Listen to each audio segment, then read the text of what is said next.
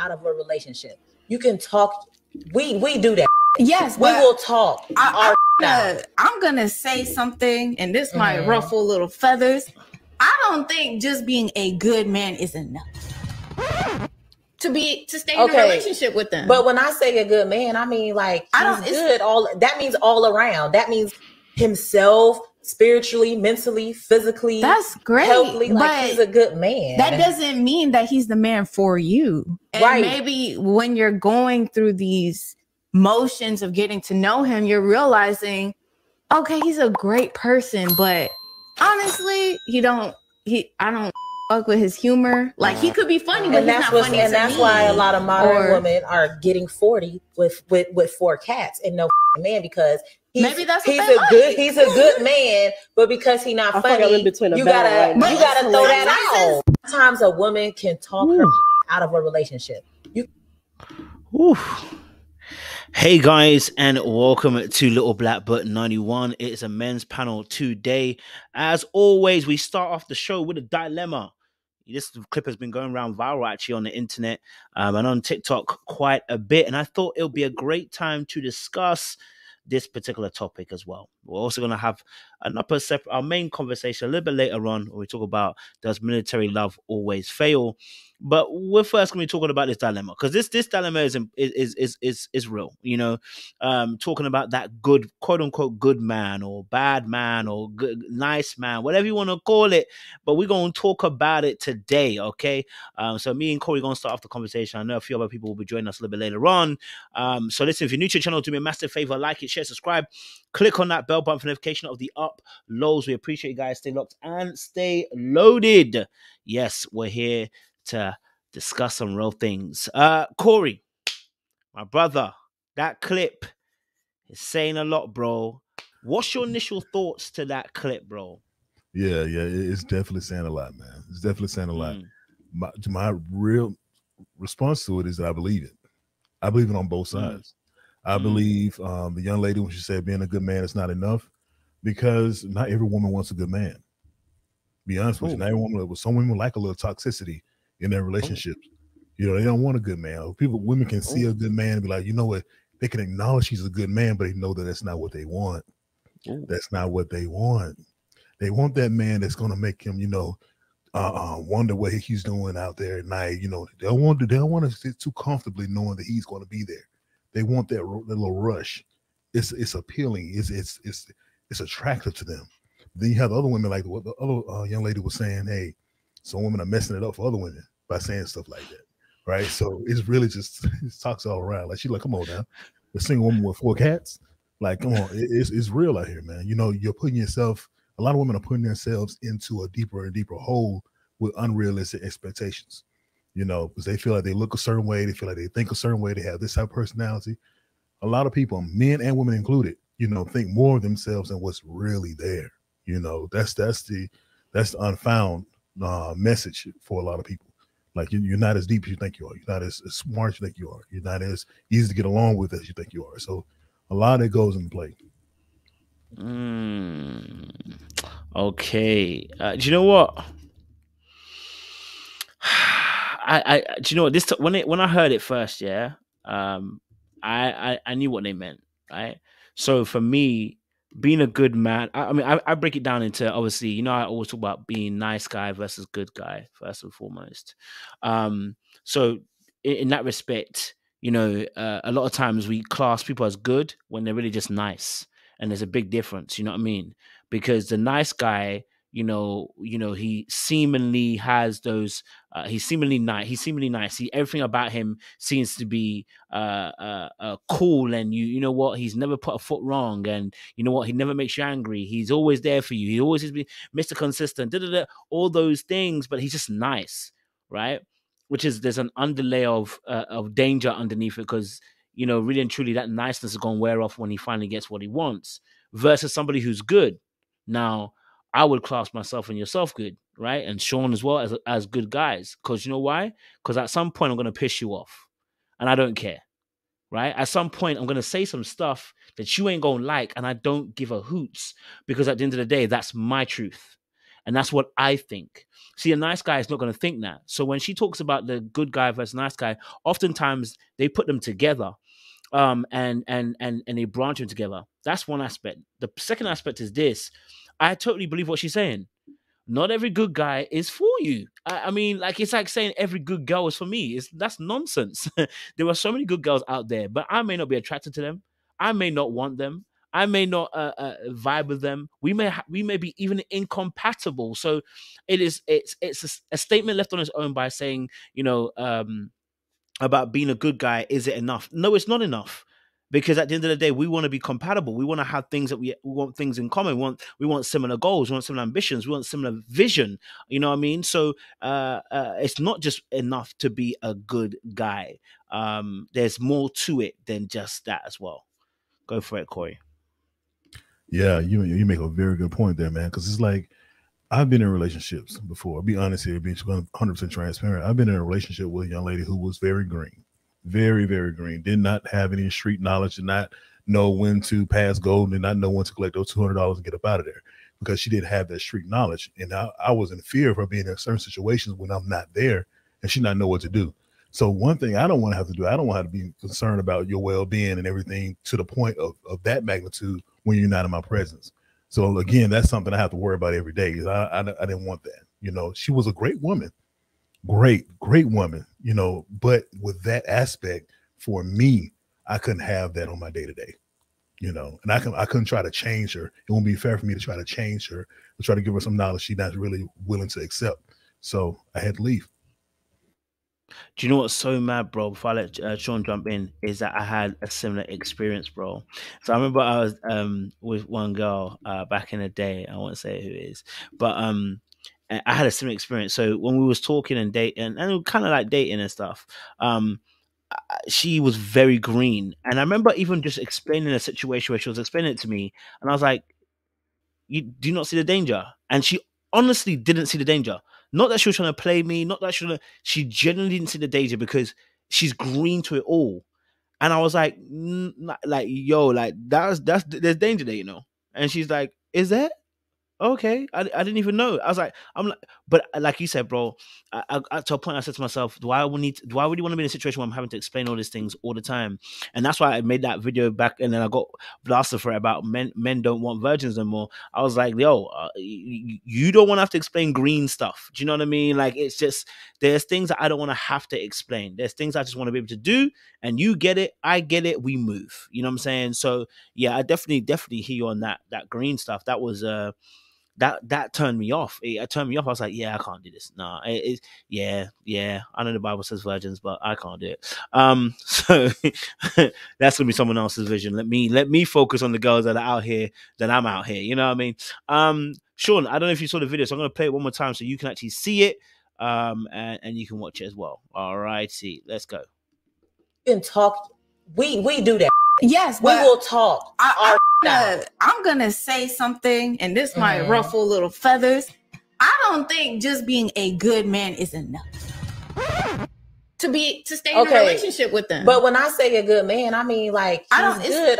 That means all around. That means himself, spiritually, mentally, physically. That's great. Healthily, like he's a good man. That doesn't mean that he's the man for you. And maybe when you're going through these motions of getting to know him, you're realizing, okay, he's a great person, but honestly, I don't fuck with his humor. Like, he could be funny, but he's not funny. And that's why a lot of modern women are getting 40 with 4 cats and no man, because he's a good man, but because he's not funny, you gotta throw that out. Sometimes a woman can talk her out of a.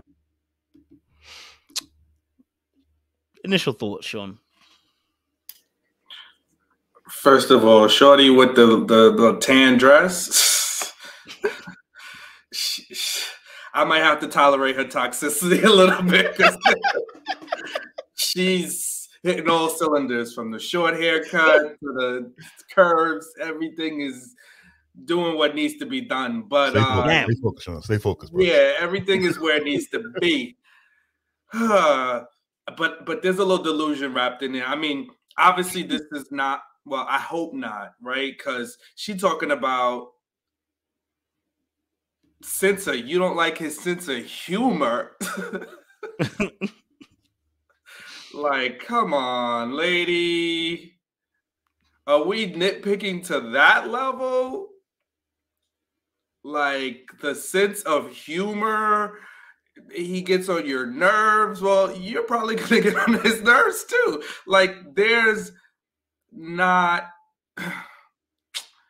I just think there comes a point where you do have to be realistic. And I think what the other host was saying is like, this is why sometimes we land in the, we land ourselves single, because we're just hoping, wishing, and praying for that right person that you think God is miraculously going to drop on your stoop. And I'm not saying that every person that looks good on the surface is the right person for you. That's not what I'm saying. But this was just a mere hypothetical, right? And there's a couple of scenarios out there like this where, there's like a thing where they ask a woman, just keep going to this level and keep going to this level. And this man has this and this man has that. And by the time they keep waiting for the next and the next and the next, but when they get to the top level, there's nobody there. You know what I mean? Like, it's like sometimes we just talk ourselves out of relationships. So I do believe that can happen. When we sit and we just kind of nitpick a person, we got to let people be people, and everybody's going to come with something. But, it is a reality. I believe it. So that's what I thought.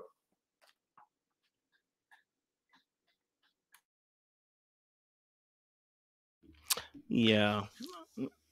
Listen, I personally, as I said, obviously, earlier on, because when me and Corey were talking, I was saying that,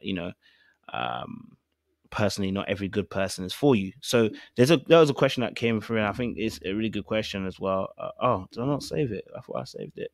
I thought I save it. But it was talking about, obviously, about let's see what it says. I think I highlighted the wrong comments there. It was a good comment that they made as well. Okay, I'll have to come back to it when I find it there. But so the question for us as guys though. Okay, so are we saying that women of 2023, let's say, is this mindset keeping them single? So what they talked about in this video, do you believe this mindset is keeping them single?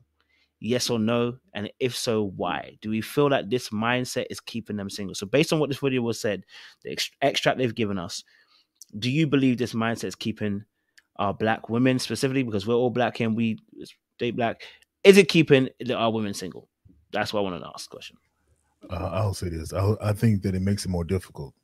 There's nothing wrong with you having standards. There's nothing wrong with you wanting what you want. But at the end of the day, you have to make a determination what you're willing to let slide, because I think all of us settle in just a little bit away. Like, no one ever gets 100% of what they want in their partner. But you got to find out, may have to tweak those things that you are willing to settle for and not settle for. But I do think that, culture has a lot to do with it. Where you come from has a lot to do with it. Like we were talking about being with a young lady who's green. If that's not our background, that's not how we flow, then it makes it difficult in certain areas for that relationship to be what we need and want it to be. So just same thing. Like I've had a conversation, just real quick, with a young lady from up north. She said she don't like talking to dudes from the South, because they're too nice. She's not used to that. She's used to very direct men. So more Southern guys are not as direct as guys from the North. So with that, you have to get somebody who's on your equal plane, who can flow the way you need them to flow. But that's going to maximize the potential of the longevity of the relationship. Otherwise, you're going to go into some walls. But you just have to be more careful. And the older you get, the more and more you might need to check that list a little bit closer. Sent to you, Sean. Same question. Yeah, I would say that there is a part of that, and I don't think it's mutually exclusive to women. I think men can do the same thing too, where we are looking for the perfect woman and waiting for that perfect woman to settle down.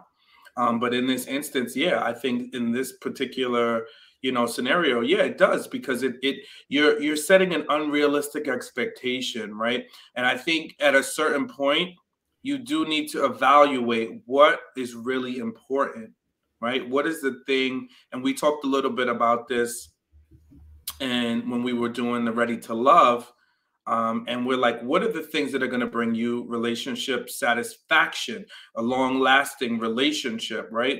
And we were talking about Corvea, right, and her overemphasis on having a man with that has financial means and being so upfront about it so very early on in her process. So I think the same thing goes here. It's like, yes, are there going to be certain things you look for? But in that scenario, the hypothetical that was posed to her is like, these are all things that are going to be going to have you have a good relationship, right? You know, good guy, honest, faithful, you're attracted to them, does well for themselves, you know, takes care of you, wants to build a family, wants you, loyal. But if the sense of humor is a little off, like where's the willingness to make some accommodations, right? Because at a certain point, once you're in like a window 25 to 30, you know, you want to be thinking about what next step's going to look like, right? And if you're just crapping on dudes thinking that the next one's going to come along, look, you've taken a risk. You could play the Powerball every week, but what are the odds? You know, what are the odds of you winning?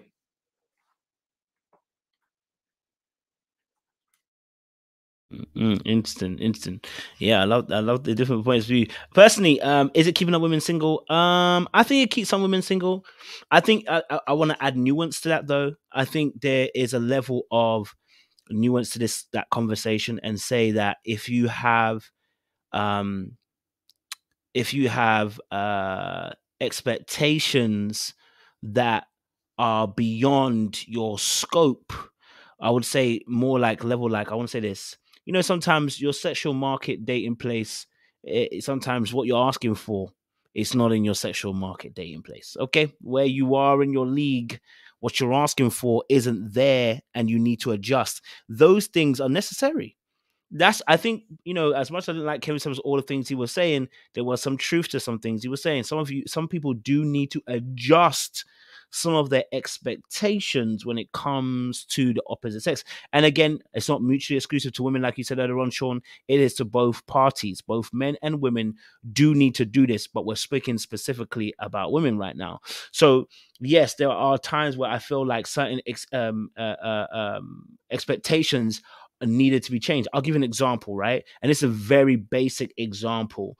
I remember I had a live, I think this was like about a year and a half ago on Instagram, and we're talking about expectations. And I remember a few of the ladies were saying, we were talking about how when they were younger, they wanted, quote unquote, the 6 foot man, you know, deep chocolate, bearded up, They wanted all these expectations physically, of this of a guy, you know what I mean? Great job, this, that. And then they said as they got older, they realized a lot of those things sometimes are superficial. So the key question here is what is your expectations? Are they superficial? Because if it's superficial, potentially it can be shifted, it can be moved, it can be adapted, it can be compromised on in order to get the core components of what you actually need. I think that's where people need to be, right? If we're talking about you know, keeping you single, I think we need to be looking at what's actually needed from a partner. You know what I mean? Like air is needed, okay? Food is needed, okay? But the type of food that's needed, you don't need chocolate bars. That's a luxury. You understand? Yeah. But you might need some veggies. You know what I mean? You might need some basics. So like there's necessities and there are luxuries. And the question is, what do I need and what do I actually want? Right? Because the wants can be actually adjusted. The needs can't be, you can't negotiate on that. Do you know what I mean? So I think what we're saying in this particular instance is, look, if we are going to say, is it keeping people single? I'm going to say this: if your expectation can be adjusted in the areas of the wants, then maybe there needs to be an adjustment there. You know what I mean? If it's a need and you believe it to be a need, then you keep it as a non-negotiable. You know what I mean? And you stick to it, regardless whether you're single, whether you're dating or whatever, because like I said, I don't want anyone to betray themselves. So I think that's really a big thing when it comes to being being a good man, if you want to quote unquote choosing a good man. I think that's really important as well. Any other additions, gentlemen, on that topic? Go for sure.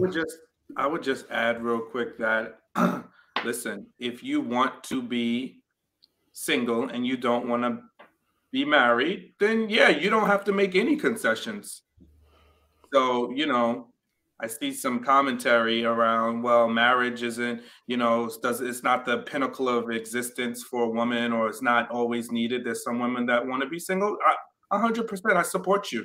Like, not everybody's going to be married, man or woman, and nor should they. There's some people that really do need to be single, right? They just do better in an environment by themselves. So yeah, 100%. If you're not looking to be married, then do whatever suits you. Do whatever works for you, whatever floats your boat, whatever makes you feel happy and content at the end of the day. But if you do want to be married, then just realize and know that there's concessions that both of you will come to the table to have to make. It's not going to be only women that are settling and men are not. Trust and believe. I know when you look in the mirror, you see perfection, and as you should from a self-esteem aspect.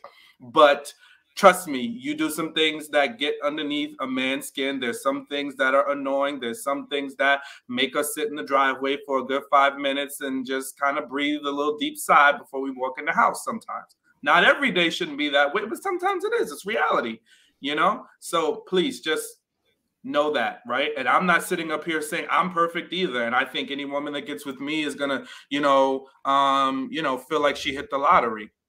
She should feel like, if she's with me, I want you to feel like you have somebody that is compatible. You have somebody that you like. You have somebody that you enjoy spending time with.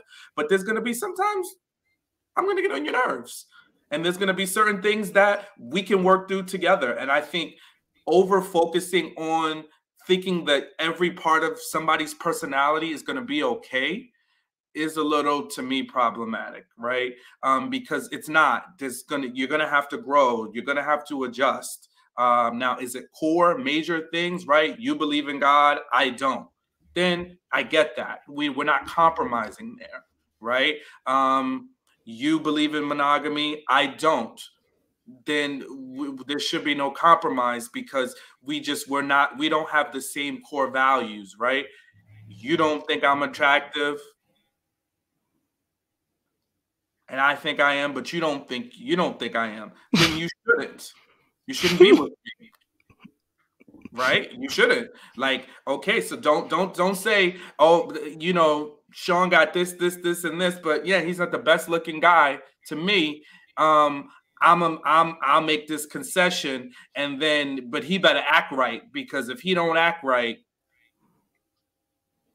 he better understand I'm doing this Negro a favor. Yeah, no, I want you to keep going. I want you to continue to find.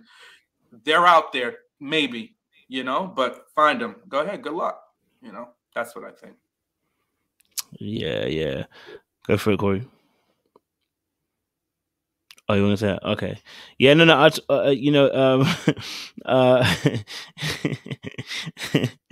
We say every week on this panel, don't choose me. But and every week we find a video that proves it. But I think also as well, just to say as well, like, every individual person's got, like I said, find what they actually need as well, right? But I think also with that, I think also as well, what's interesting is a lot of people, this is both men and women, but we're focusing on women. So, what we're going to say is this: a lot of people are broken, and what they like is also a part of that brokenness. And this is why when I said earlier on about sometimes when I had that live about a year and a half ago, some of the women were talking, as people start to heal, as people start to have experiences, as people start to grow and mature and begin to grow out certain things, what they actually want begins to change. The focal point of what they actually need begins to change. And so we spoke about this, myself and yourself, Sean, we spoke about this.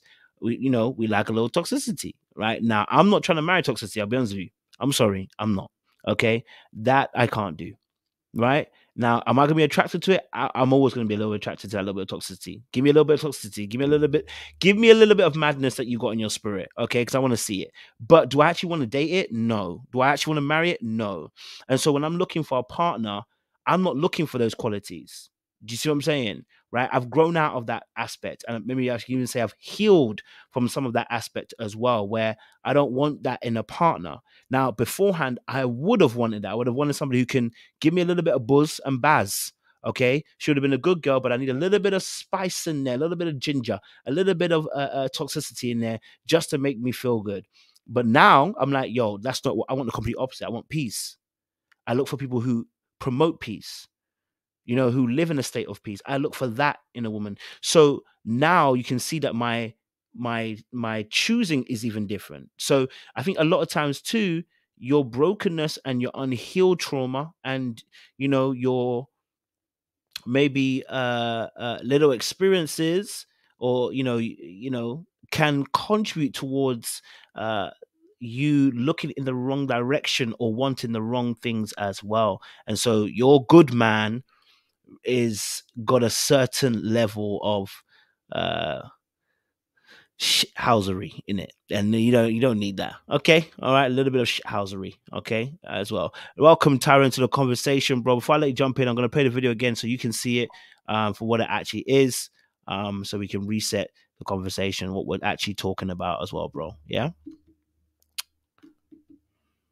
Okay. To stay in a relationship with them. But when I say a good man, I mean like he's good. That means all around. That means himself, spiritually, mentally, physically. That's great. Healthily, like he's a good man. That doesn't mean that he's the man for you. And right. Maybe when you're going through these motions of getting to know him, you're realizing, okay, he's a great person, but honestly, I don't fuck with his humor. Like he could be funny, but he's not funny. And that's why a lot of modern women are getting 40 with 4 cats and no man, because he's a good man, but because he's not funny, you gotta throw that out. Sometimes a woman can talk her out of a relationship. You can talk. We do that. Yes, we will talk. I'm gonna say something, and this might ruffle little feathers. I don't think just being a good man is enough. So that is what was being said. I want to get your initial thoughts, Tyrone. You can call on Tyrone. First of all, thanks for having me. What's up, people? Everybody in the audience. I watched the clip, and when I first saw it, I was like, I don't know, like what a brother got to do. You know what I mean? Like, when will you ever be happy? When will you ever be satisfied? But then I watched it again and I listened to her, and, I realized that a lot of that is subjective. Gluttony comes into play in that a lot. You had mentioned, not being healed. But another thing I wanted to talk about is, she might be right for her. Maybe a good man isn't enough for her. Like I said, that's subjective. It does come across as if she's being really, really greedy, and she's looking for a certain type of man. And I feel like being a good person, being a good man should be the bare minimum. Having an idea of what that is, again, that is subjective on what the bare minimum is. Like we all have, our dark side. We all love that little bit of toxicity, like you said. And I think that's what keeps us going. You all touched on some really, really good points earlier. I'll focus on that a little bit later on. But looking at this clip, one of the other women had a point, basically saying that's why a lot of women end up, with the cats and lonely, because you just, you're always wanting more and more and more and more, which you should. But sometimes people, by the time they realize that the percentage of people that exist of what they are truly looking for becomes less and less as they get older. For some people, they realize that too late, and then they end up being lonely for a very long time. So yeah, that's all I got. Appreciate Tyrone. So ladies have asked some questions, which we're gonna try and address. Let's get it. One of the questions the ladies are asking is they want us to define what is a good man. Can each of y'all explain what is a good man? What's a good man? Who would like to go first? What's a good man? Want me to go? Yeah, if you want to go for it, go for it. You know what? This might be a little bit long-winded, but remember when you all came down to DC? And the very last question that you asked was, what have you learned from this whole process? Oh yeah, that's an escalated frenzy. Yeah, and I gave some answer about, understanding what my boundaries are and not, working around my boundaries and not being, not worrying too much about what other people think about my boundaries. I got in the car and I rode home that day, and my answer was totally different when I got in the car. And one of the things that I learned was I was never going to have a successful relationship until I healed first. And I didn't really realize how broken I really was until I went, through the entire process. And I realized that it was so bad that I actually had an alter ego that I would use for myself whenever I went out. And I didn't realize that that alter ego was the one giving me confidence, protecting me, when I wasn't feeling good, protecting me when I wasn't feeling loved, and that comes from, a lifetime of subconscious thoughts, subconscious childhood traumas, of not feeling like you're enough because my biological father wasn't present, and just other things that was going on with me. And I realized that I was literally an abused person who was abused so much, I had to create a totally different personality to mask all that pain.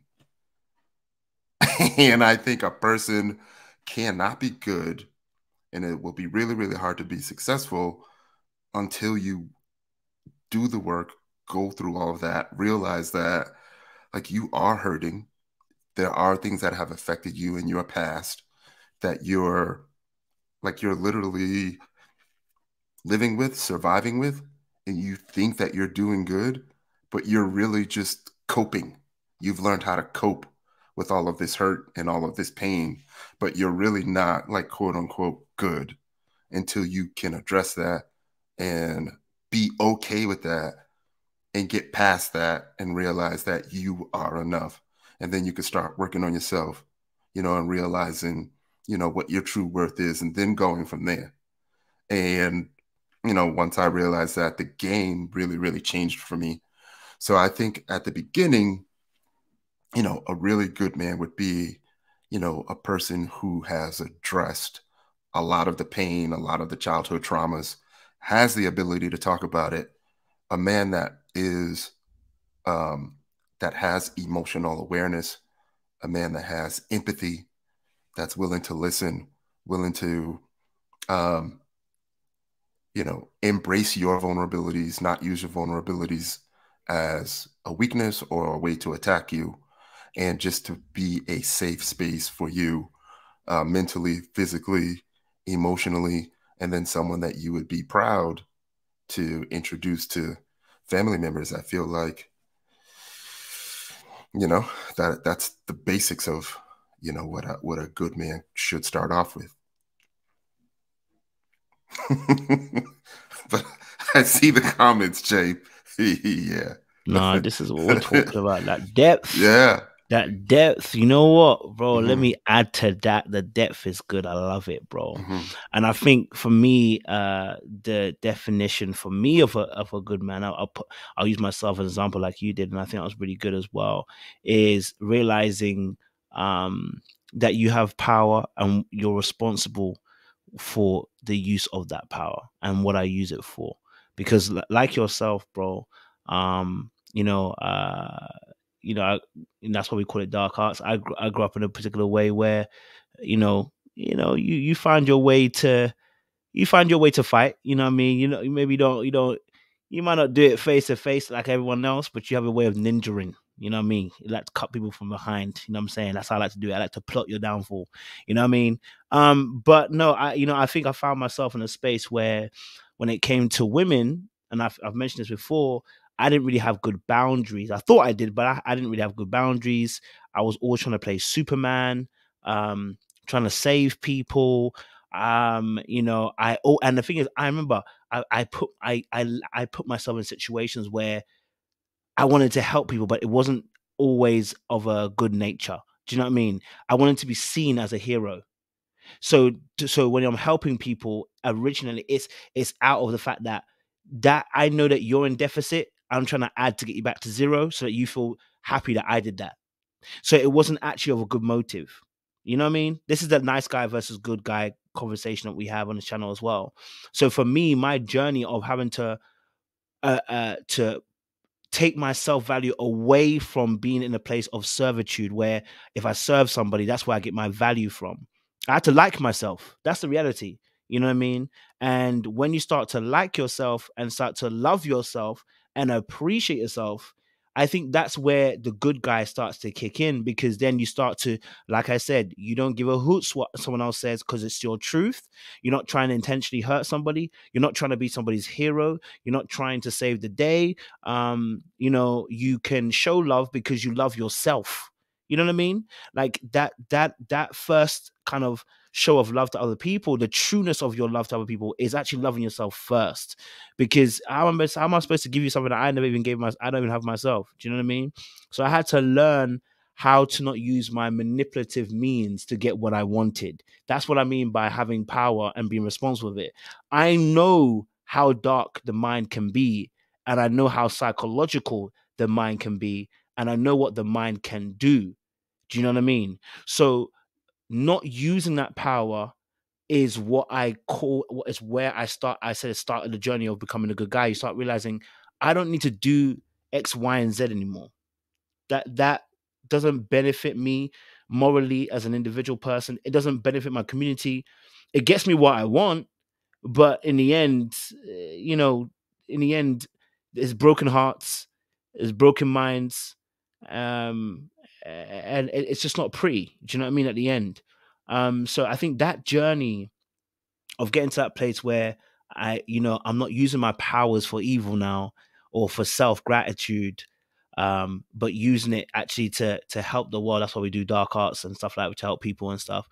It's to help people and to have a genuine help now. It's not from a place of, I want to be your hero. I don't give a hoots. If you see me as a hero or not, I don't care. Personally, that's not my MO anymore. I'm just doing what I'm called to do. Do you know what I mean? I take it away from trying to be Superman, and I do it just as, this is what I believe I'm called to do. Do you know what I mean? So if similar to you, Tyrone, that journey was important to figure out. And I think I'm still, untying some bits, because, sometimes the manipulation is raw, because, you know what I mean? They don't know, but they gonna find out. So yeah, thank you for opening that floor with that, Tyrone. Sean or Corey, who wants to go? Who wants to go? Since we're getting deep out here, baby. You know what I mean? Sean or Corey, who wants to go? Who wants to go? Oh, Corey's going for it. Yeah, I'll go ahead and go. Honestly, I think that's a question that ladies should be asking themselves, because what we may think is a good man may not be a good man to you. To be quite honest, because we can go, it's a lot of different ways that a man can be good. Is he good for self? Is he good for others? Is he good to you? How he treats others is different from how he will treat you. You get more special treatment. Do you like the way he treats others? Do you ask him about himself? Do you ask him about his self-growth? Those are questions that you have to ask yourself. What is important to you? So I can tell you what I feel is good about me, but that may not be good for you. So I'll start there. I'll say what I feel makes me a good guy is that I keep my word. I self-check. I check myself when I need to. My words and my actions are aligned. Simply put, I feel like that makes me a good guy. At least good enough. I like that. The words and actions aligned. I like that. That's waves. Sean. Yeah, I gotta say I love what Corey shared, right? Because clearly, if we go by what we're hearing in the chat and what we saw in this particular video, right? We could think it's we have all the components of what good is, but if it's not enough and if it's not aligning, then it's all about who we're with and what they value. But I would hope, for me, I think a good man is a man that is honest. A good man is a man that can admit that they're wrong. A good man is one that cares and protects and provides, not just from a physical standpoint, but from an emotional standpoint. One that listens, as well as one that is communicative. I think a good man is also one that believes in God, right? And is grounded, is good financially, right? Doesn't necessarily always mean wealth, but manages their finances well. Yeah, those are some of the main things that I think, incorporate a good man. I appreciate that, Sean. Thank you very much. It's interesting, to hear the answers, right? Because on the left side of the screen, we both chose to go to go to ourselves. On the right hand of the screen, they chose to go externally, and I think there's nothing wrong with it. I'm just saying it's just interesting to see how we perceive things as well, and how we look at things as well. Do you know what I mean? So yeah, it's just an interesting thing. I just saw that thing was happening. I was like, oh, okay, cool, I like that. Okay, cool. So the ladies asked another question, because I think it was more because of what me and Corey said. So I'll let Corey answer it. They said, what does green mean?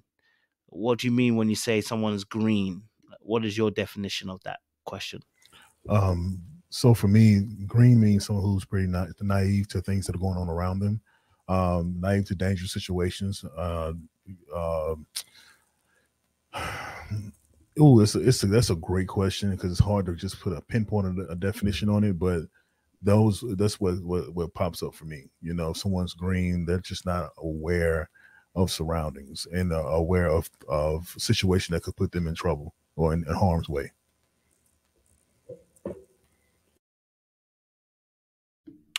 I hear that. I think green for me is just is a level of naivete. It's innocence is slightly different from naivete. Naivete involves a level of ignorance too, which can be dangerous. You know what I mean? Like someone could be innocent in their intentions.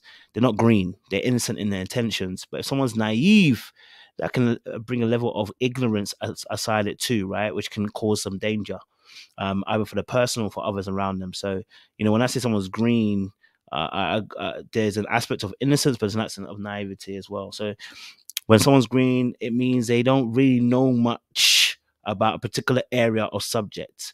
And when someone's green in relationships, yeah, that's not me. Okay. I can't be explaining simple things, to you, of dangers, especially of my particular species and gender. I can't be explaining certain dangers to you, baby. Okay, all right. If you can't be seeing these things, I'm not going to be one explaining all these things. It's long to do. It's tiring, and also it just looks like you're controlling. I've just not got the time, so I need to figure out or go with someone else. You know what I mean? So that for me is that when we say about greenery. Coach. Okay. Yes. Real quick. Would you consider Morgan to be green when it comes to love? I'm trying to give an example. Yeah, Morgan was. Well, she said she hasn't been in love, right? Yeah, she's green. She doesn't like. Would you? She would technically be green. Yeah, technically she should be green, but we need to know more information, because I think she's been in situationships. I'm gonna be honest with you. I think she's been in situationships, so she's not necessarily green. Do you know what I mean? Yeah, but I was trying to give an example. Yeah, trying to give an example too. So yeah, cool. Yeah. I don't know if you ever watched Married at First Sight, early doors, right? There was a girl called Iris and Keith. They got married. She was green. She was green in all aspects, bro. Like she was green. So yeah, the audience might know if they see that part as well.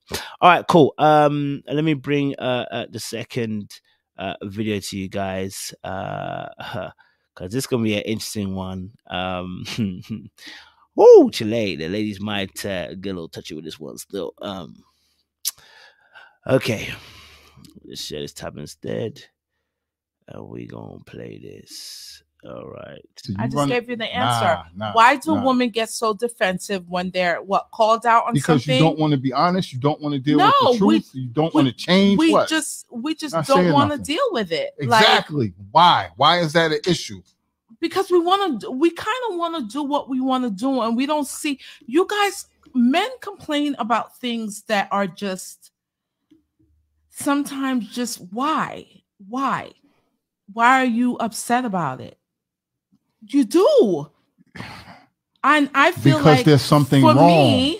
For me. And the only way to communicate and fix things is to address it. I don't like to be told and deal with it and fix it. I don't like to be told that I'm wrong. I don't like to be told when I'm wrong. That's established. I get agitated when I find out that I'm wrong about something. Okay. I get agitated.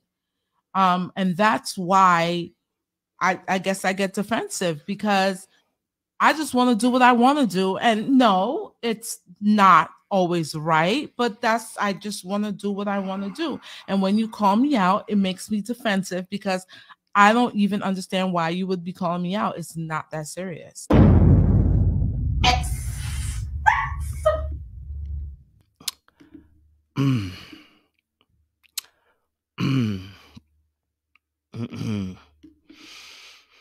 I want to say first and foremost, I really want to appreciate the sister because she was honest. You know what I mean? I think more sisters need to be honest, because I think she was speaking to a lot of people. Not saying every woman. I'm saying she's speaking to a lot of women when it comes to that. You know what I mean? Like, sis was breaking down some stuff. Okay. All right. Some stuff. Okay. Gentlemen, what do you guys think? Initial thoughts in regards to this? Women don't like to admit when they're wrong, and when they do get called out for being wrong, they have an allergic reaction. Is that fair to say? Is that fair to say? Or is that too much of an exaggeration? Maybe you've had a different experience as well. You can give us that. Well, what's your initial thoughts to this video? Sean, you're shaking your head, so let me know. Listen. I first, like you said, I just appreciate this lady for being very, very honest. I don't care if it's a skit. I don't care if it's staged. I don't know, not one of my guys here or in life that haven't had a moment like that where they're ready to bang their head against the wall because they just had a nonsensical exchange with a woman they're in a relationship with.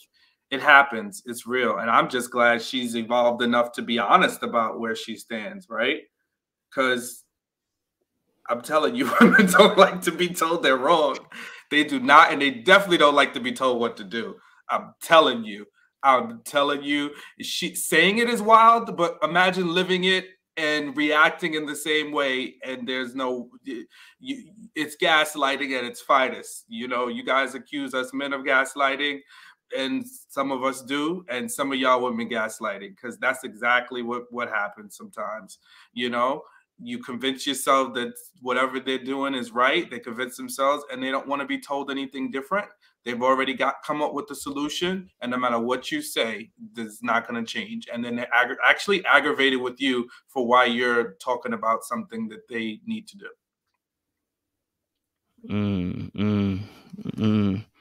Who's next? Go. Yeah, I think it's something about admitting when you're wrong, man. It's tough. It can be tough for a lot of people, and some may feel that they can admit when they're wrong if they catch themselves. No one else can catch you, though. No one else can point it out. No one else can, determine that you're wrong. Maybe if it's a girlfriend or something like that. Hey, girl, you wrong for doing this. Oh, girl, you wrong for treating him like that. Possibly, right? And that may come to light for her. But as far as a man saying you're wrong, it really depends on what the subject matter is. If it's something light, that's not embarrassing that you got wrong, you might take that hit. You may very well take that hit. But if it's something that you're embarrassed about, like, ooh, how did I get that wrong? If you're asking yourself and it comes out, then you're going to be defensive. Well, just in from what I've encountered, be a little defensive when it comes out that you're wrong about something that you should have known. So it's an embarrassing aspect to certain things as well. with all due respect. I mean, it happens with me too. If I'm wrong about something I know I'm supposed to be right about, then I'll get a little embarrassed. Like, man, come on, man, I'm smarter than that. I should have known better. So it happens to the best of us, but it's just harder to get women to come out with that, in my opinion. Tie you up. He's still there? Yeah. Wow. Like I've had similar conversations like this, you know, with my mom, my sister, and many different relationships. And just recently, one with my mom. And, you know, one of the things that I started to figure out was, you know, there's things that, you know, that are quote unquote right and wrong from a subjective perspective or an opinion. And there are some things that are just right and wrong that you can quantify. What I started to realize was that it subconsciously became like this mental competition on who was more right more times and who was wrong the most times. And then that starts to add up, you know what I mean? And you start to remember that. And then once you start to have a good week or a good month, you start to walk around almost like you're better than the next person because you know that you're winning. And, you know, being competitive, you don't like to lose. But what I started to realize was, like, in a relationship, there's no need to hold on to right or wrong. It's more about, you know, is this situation going to change our lives in the future? No, then why hold on to that? As a man, you know, I slowly realized that, you know, it's not going to help us to continue to fight to be what she perceives is wrong. You know, like I can take that L, or what she thinks is an L. You know, I'm okay with that. The language I like to use now is, you know, just to be more aware and, you know, start mentioning things that we can adjust to instead of looking at it like, you know, it's wrong. Because when you approach it as it being wrong, then it may make a woman feel like, you know, there's something broke with her that she needs to fix. When in fact, we don't really need to fix anything. We just need to address the situation, figure out what the best way forward is, and then, you know, get past it, as opposed to treating everything like a competition. Z said, winning is the point of life.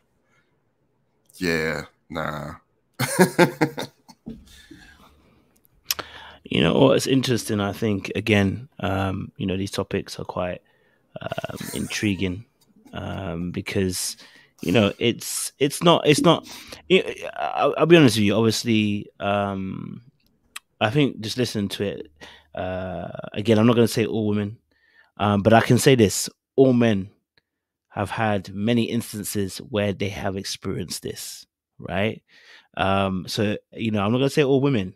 I'm saying a lot of men, if not all, have experienced this. Similarly, I'm sure women will have the same thing about when they deal with men. They have their own things that we do all as men. I think, you know, this particular situation is one of those topics where I loved what the lady said, because she came out raw and she just told the truth. This is what she feels, you know what I mean?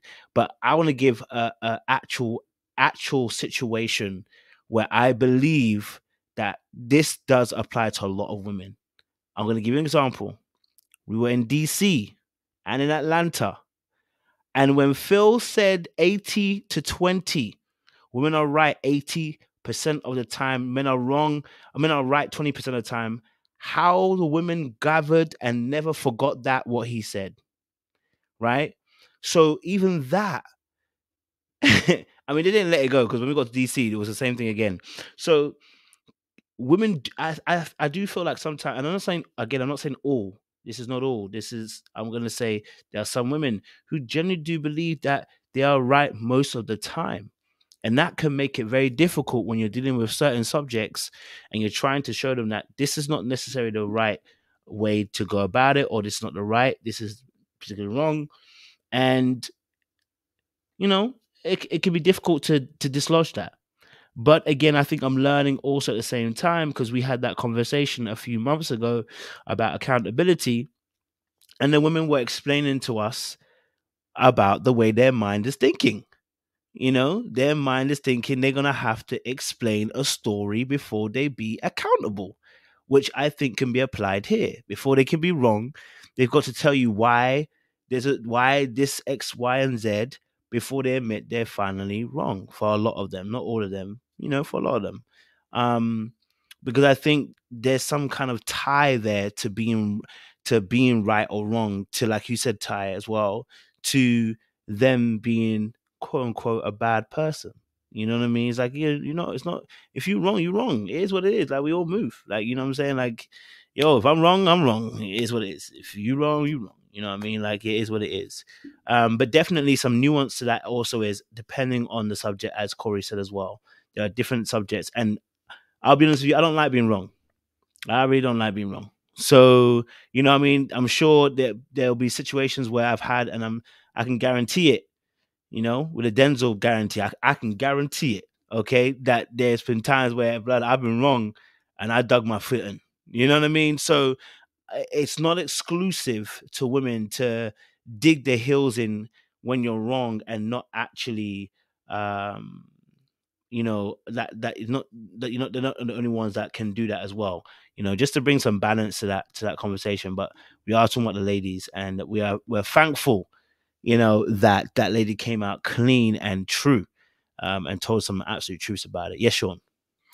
I was gonna say, right, we know it doesn't happen that often, because you remember that time we had a friend who mutually, a female friend of ours, that mutually she apologized to the both of us, right? Mm-hmm. And it was so overwhelming that it's probably almost running up on a year since that happened, and it still stands out.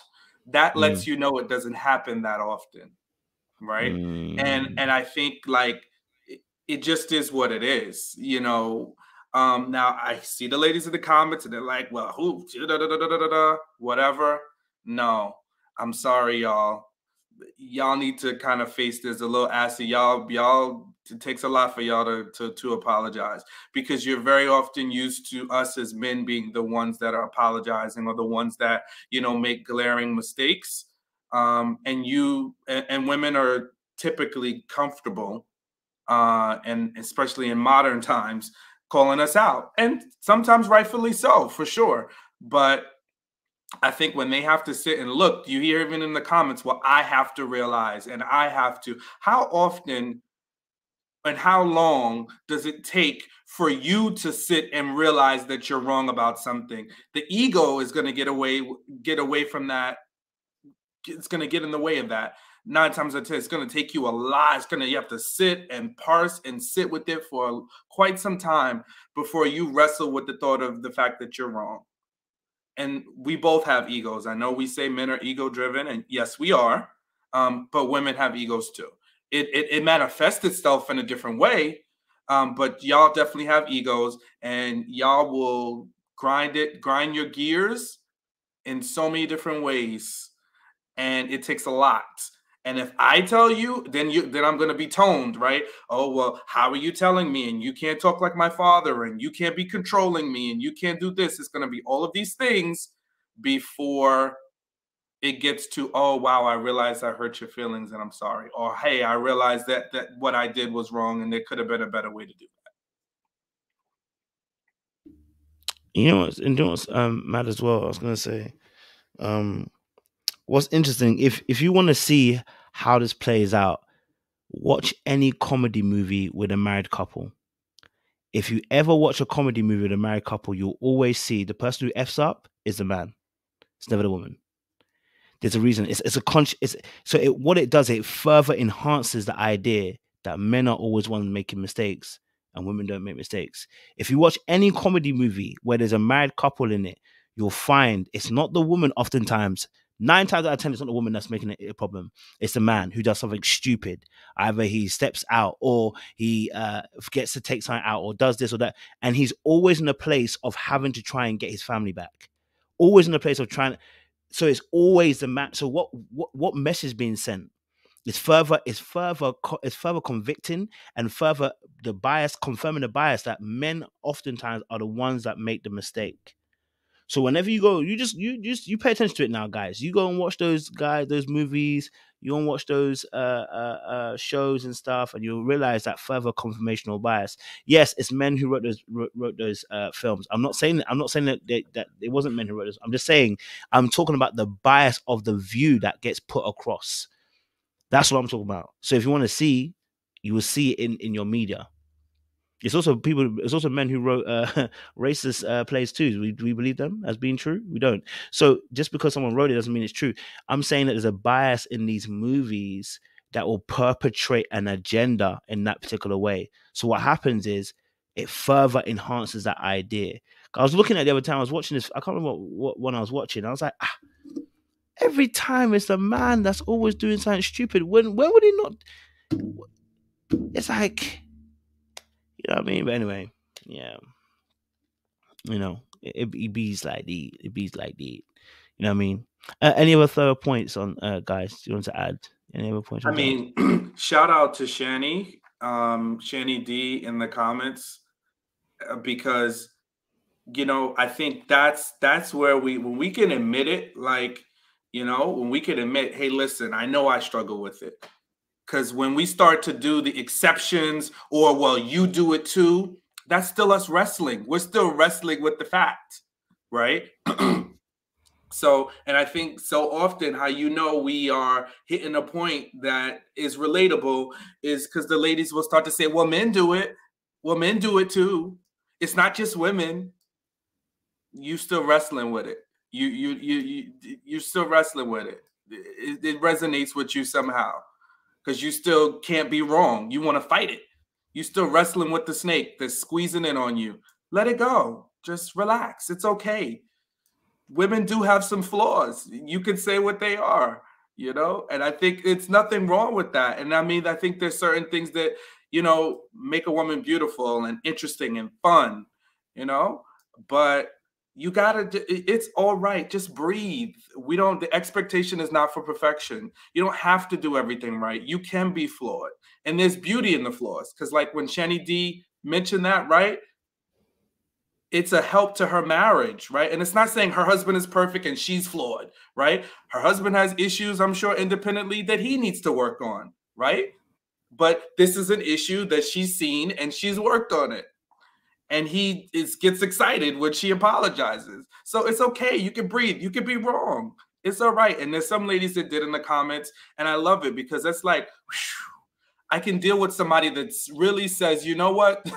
I've been called out on that a couple of times, and I could see that.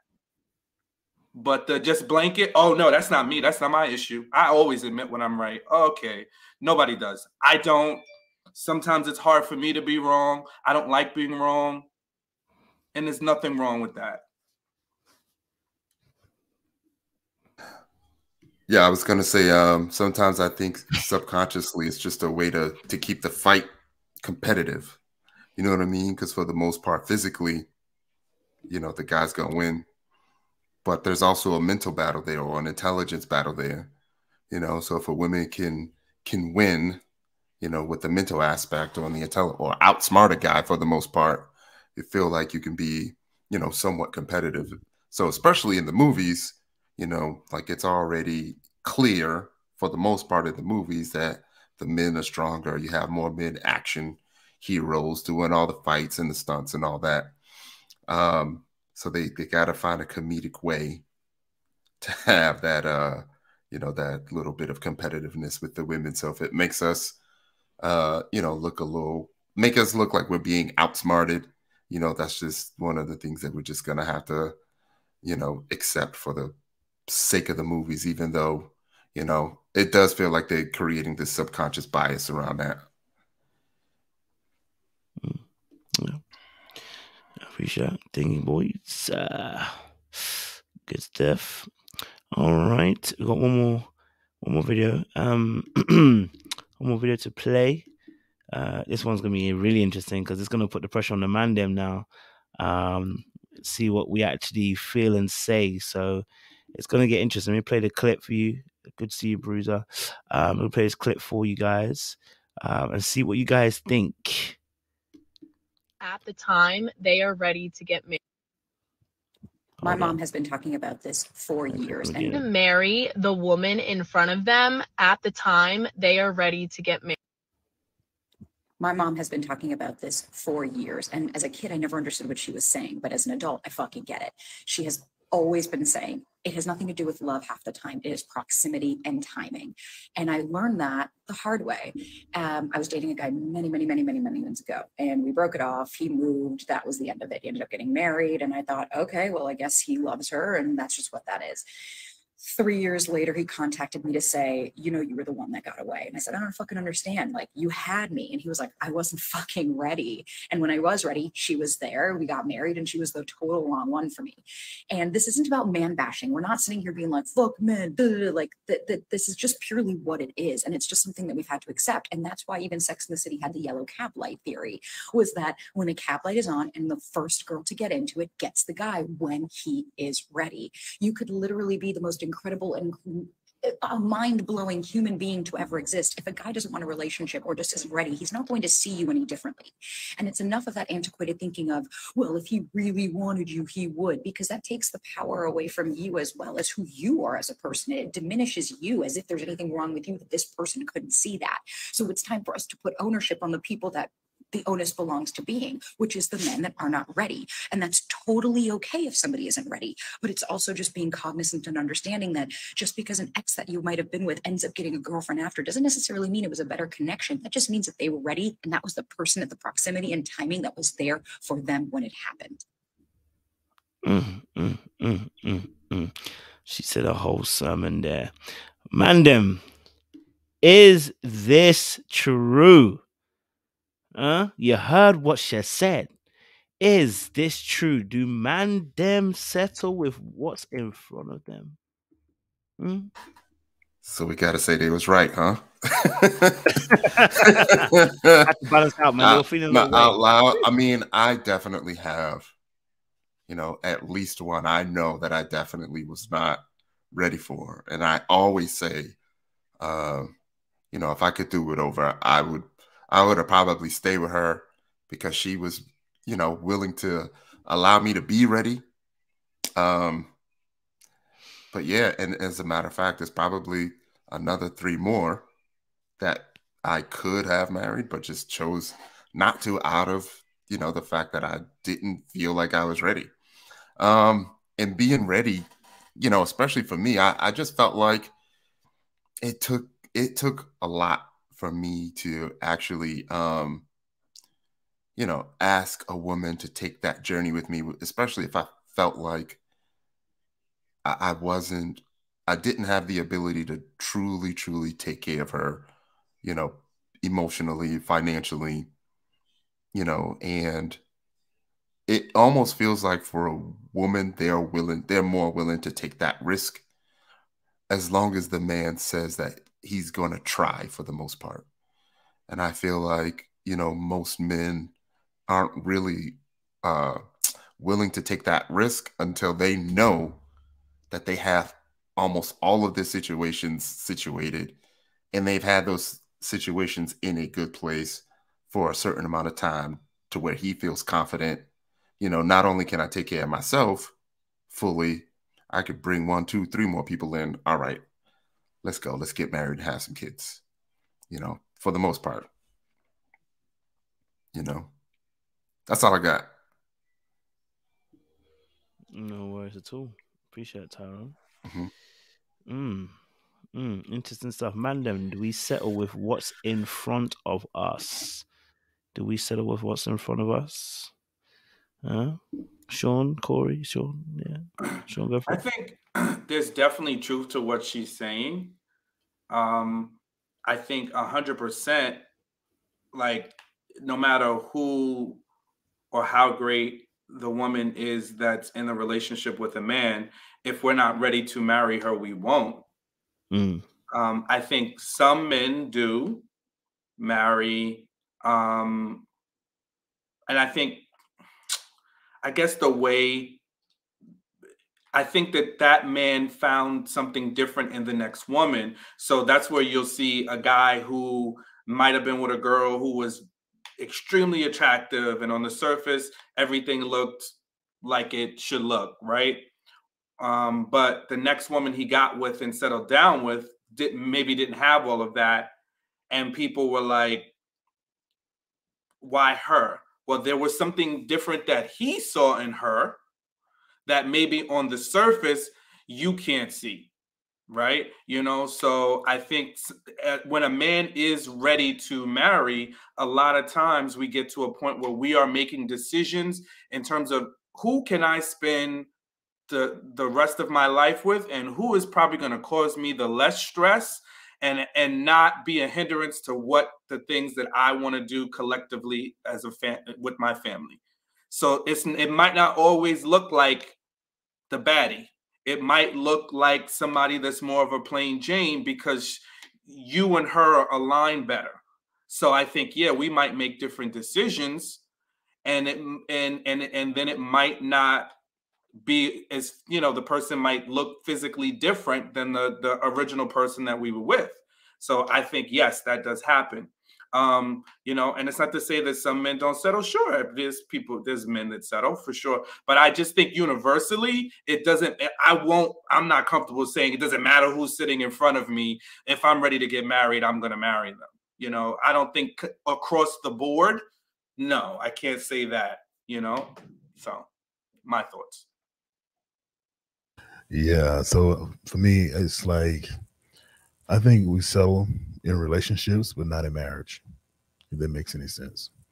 Relationships, yes, in a point of saying, hey, we can overlook this, overlook that, but in the grand scheme of things, you may end up acquiring something you didn't even know was there. You didn't even know you needed. You know, a lot of us say we want certain things in a partner, and we don't even know what we're truly missing. So with that being said, you know, there are times where that can happen, where you may find out that you're settling, and then really on the back end, you find out you're really not settling. You gaining a whole lot more than that thing you thought you were missing in that partner. So yeah, I think that going in, yeah, we can see ourselves settling at certain points, but at the end of the day, you know, when you're getting married, you got to be with this person for the rest of your life. You try not to settle as much as possible.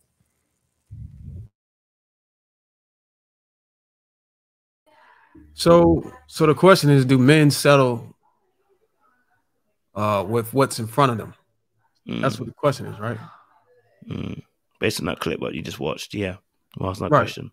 So I understand what she's saying about ready. You're not ready, but what does ready mean? I don't think she went into depth with detail what ready mean. And I think that says a lot to where our society is at today and how we change from the traditional principles and ways we used to get married.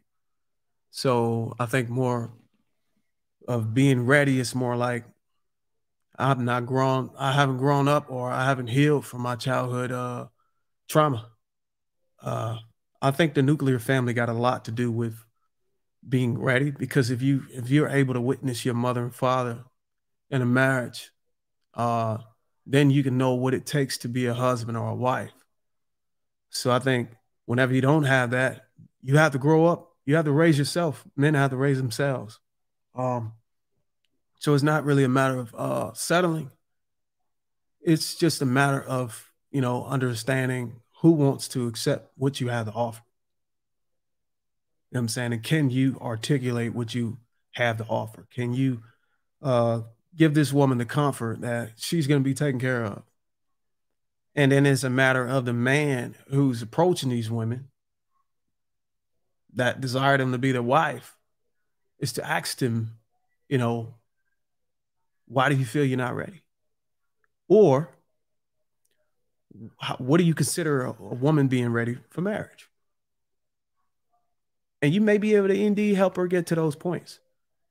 But it just takes a man to be a good listener. You get what I'm saying? And try to understand where they're coming from.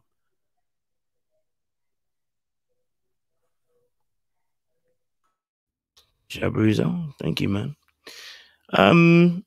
You know what? Do we settle? I guess obviously some people can say that. I mean, I guess from my perspective, I don't have any exes that I thought got away. Like I don't have that, so I don't really know about that life, right? so you know, I mean, I've all my exes in long-term relationships I was with, and when it ended, it needed to end. Do you know what I mean? So I haven't got any of those kind of things. But I would say, like, you know, in terms of, you know, looking at who's, you know, settling with what's in front of you. I mean, my thing is you can only hit what's in front of you. You know what I mean? Like, you can only grab what's in front of you. When I say in front of you, I mean in terms of, you know, what's around you. Do you know what I mean? You can't suddenly magic up a girl out of nowhere. Do you feel what I'm saying? So whatever's around you at that point in time, a brother will settle. Now, for those obviously maybe who had a good girl or had a great girl, it might be slightly different for them, because, you know, they might have had a great girl and, you know what, maybe they messed it up, or whether maybe they let it go. You know, and that's why that's being said. So yeah, I think in that regard, I can't say that necessarily. I mean, I kind of agree. I wouldn't say it's settling though. I'd say you choose the best option that's right in front of you. You know what I mean? Which is why I have the theory of cashing out, okay, at the right time. You got to cash out at the right time. You know what I mean? You build your empire, or you begin to build your empire, and it's you know, you've got to play the game, and you've got to ask yourself, when do I cash out? You know what I mean? Like, do I cash out now? Do I cash out a little bit later? You know what I mean? This is the dangerous game that's being played at this moment. This is where you start to play it. And both men and women play this game, right? Women are playing it with their careers. Men are playing it with their careers in terms of finances, right? So everybody's playing this game of cash out, right? And women are joining this game and cashing out later in 2023 now, because obviously they're getting the bag.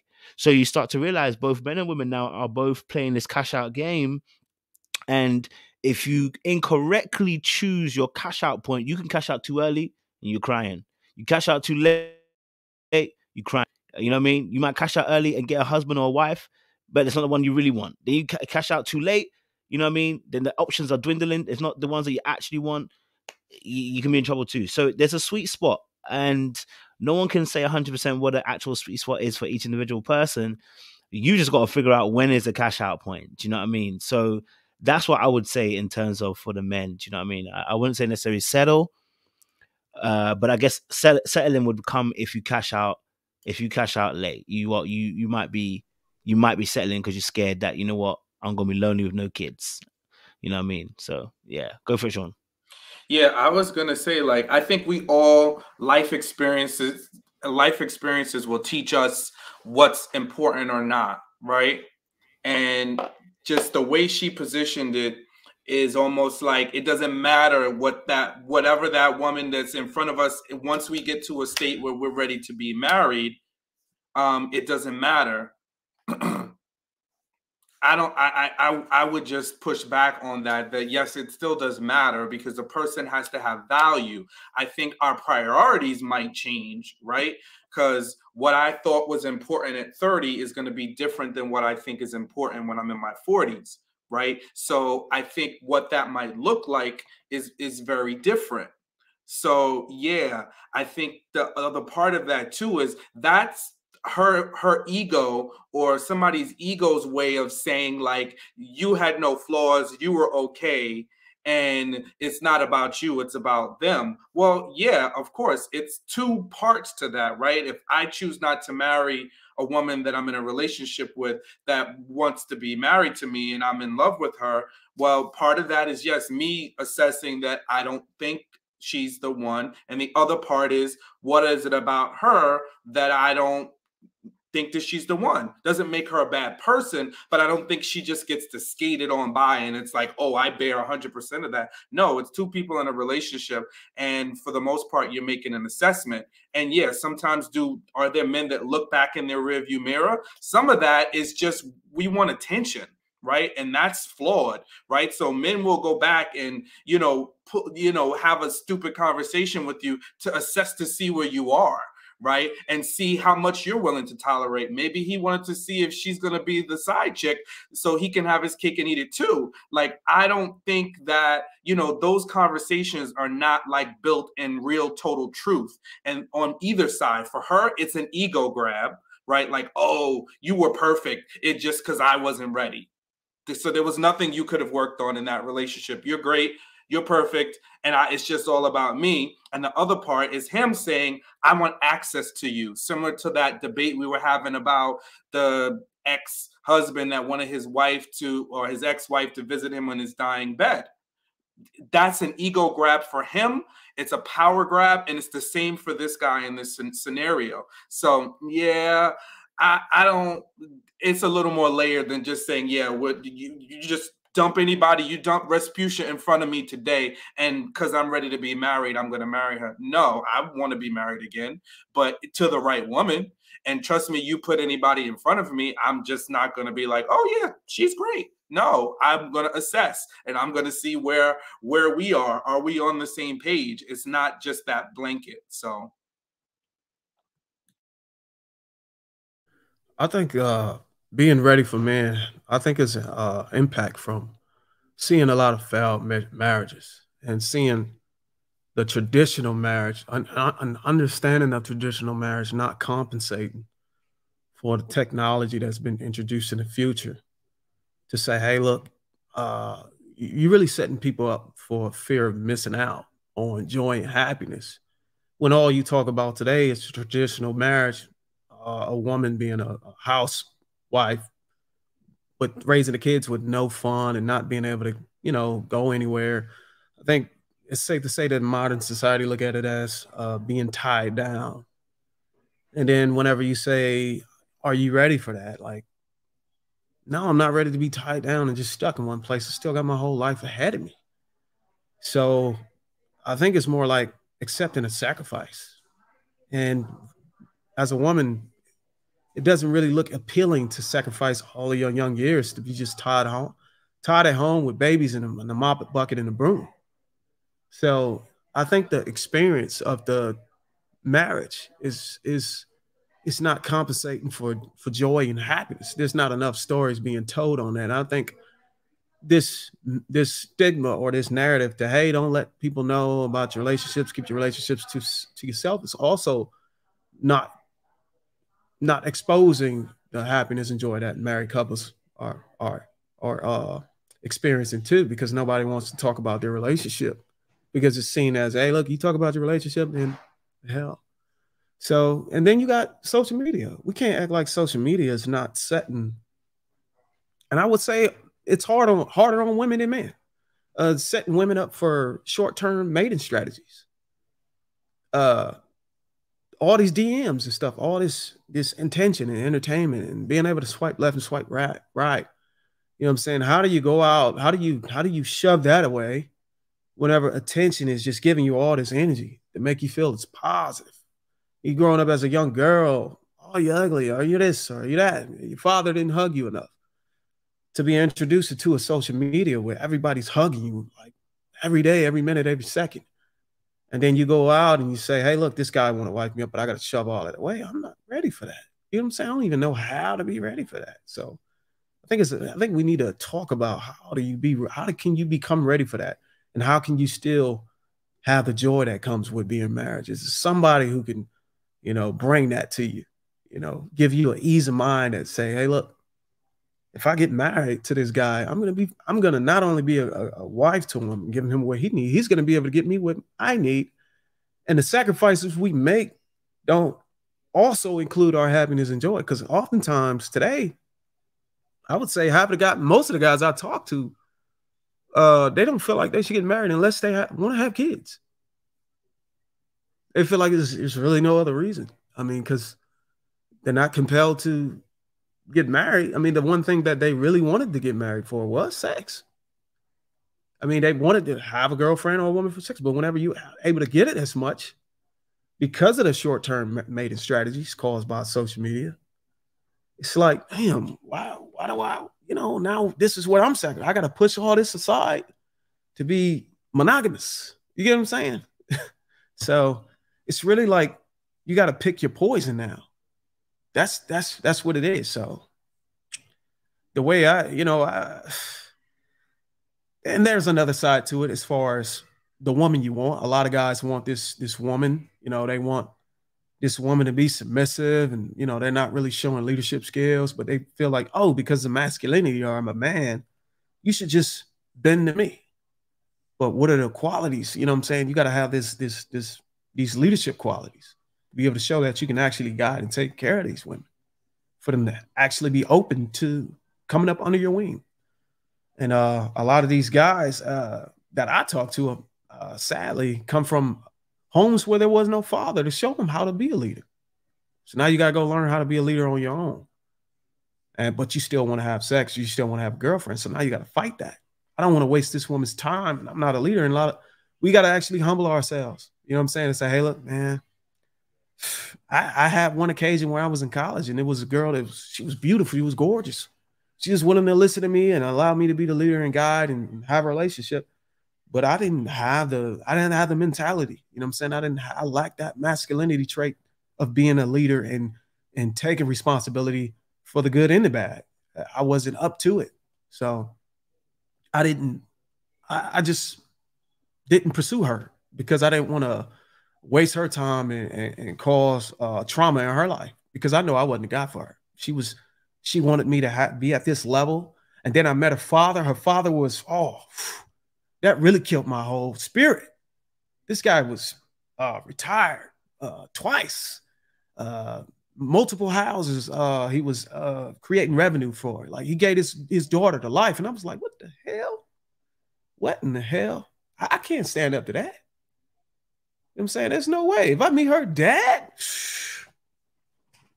he's probably going to tell her that, yo, you need to get rid of this dude. You know better than that. You better go find somebody like your dad. I mean, think about it. Like, ask yourself, would you, if you are position yourself as a father in your daughter's life at this level, and the guy she bring in is like down here, like, how do you deal with that? Like, I'm curious to see. Like, I don't know if y'all got daughters in your life, but I'm curious to see. Nah, I mean, I totally understand. My daughter just turned 13, and it, you know, it adds a new perspective on life. I think we touched on a lot of good points, especially about cashing out, about the availability growing up. You know, I definitely remember almost every single one of my uncles bragging to me about, you know, how many of, you know, the ladies that I was calling my aunties, which was my mom's best friends, you know, my uncles would be like, Ty, I got all of them. You know, I used to get all of them, you know, and then I thought that was the thing to do.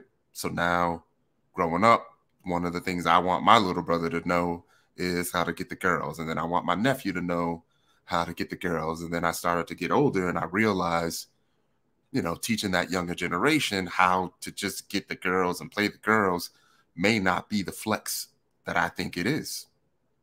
You know, now I have a nephew that's not doing so well, you know, with his marriage. And then most of it is because, you know, it's rare that we actually see a marriage work. I'm aware of my aunties that, you know, family members that have been married for 10, 15, 20 plus years, but I don't know if any of them have been faithful throughout. As a matter of fact, I don't know many of my own friends that have been faithful throughout. And I know for me, I put a lot of stock on marriage. Like, I want marriage to be forever. So it's hard to pull that trigger on forever when you see the availability out there, you see your different options. And we did mention the cashing out, and you feel like you can do better. You feel like you could do more. And when it comes to settling, I don't want to say that you settle. I'll just say that over time, you eventually grow up and you eventually identify the characteristics and the things that you're looking for in a person. And you're saying, hey, like, this person may not have, you know, all the things that, you know, you are absolutely dreaming of, but she does have all the things that I need. And, you know, and another question, speaking on the need, I used to ask family members and friends of, you know, women that I was in a relationship with, and I would say, you know, the man that she wants and the man that she needs, how far off are those two people?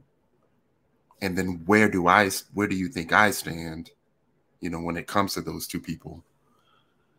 And, you know, you have mentioned social media, you know, and the come up and the get in the bag. And I think it's severely affecting, you know, what we perceive as relationships, or what we perceive as really good relationships.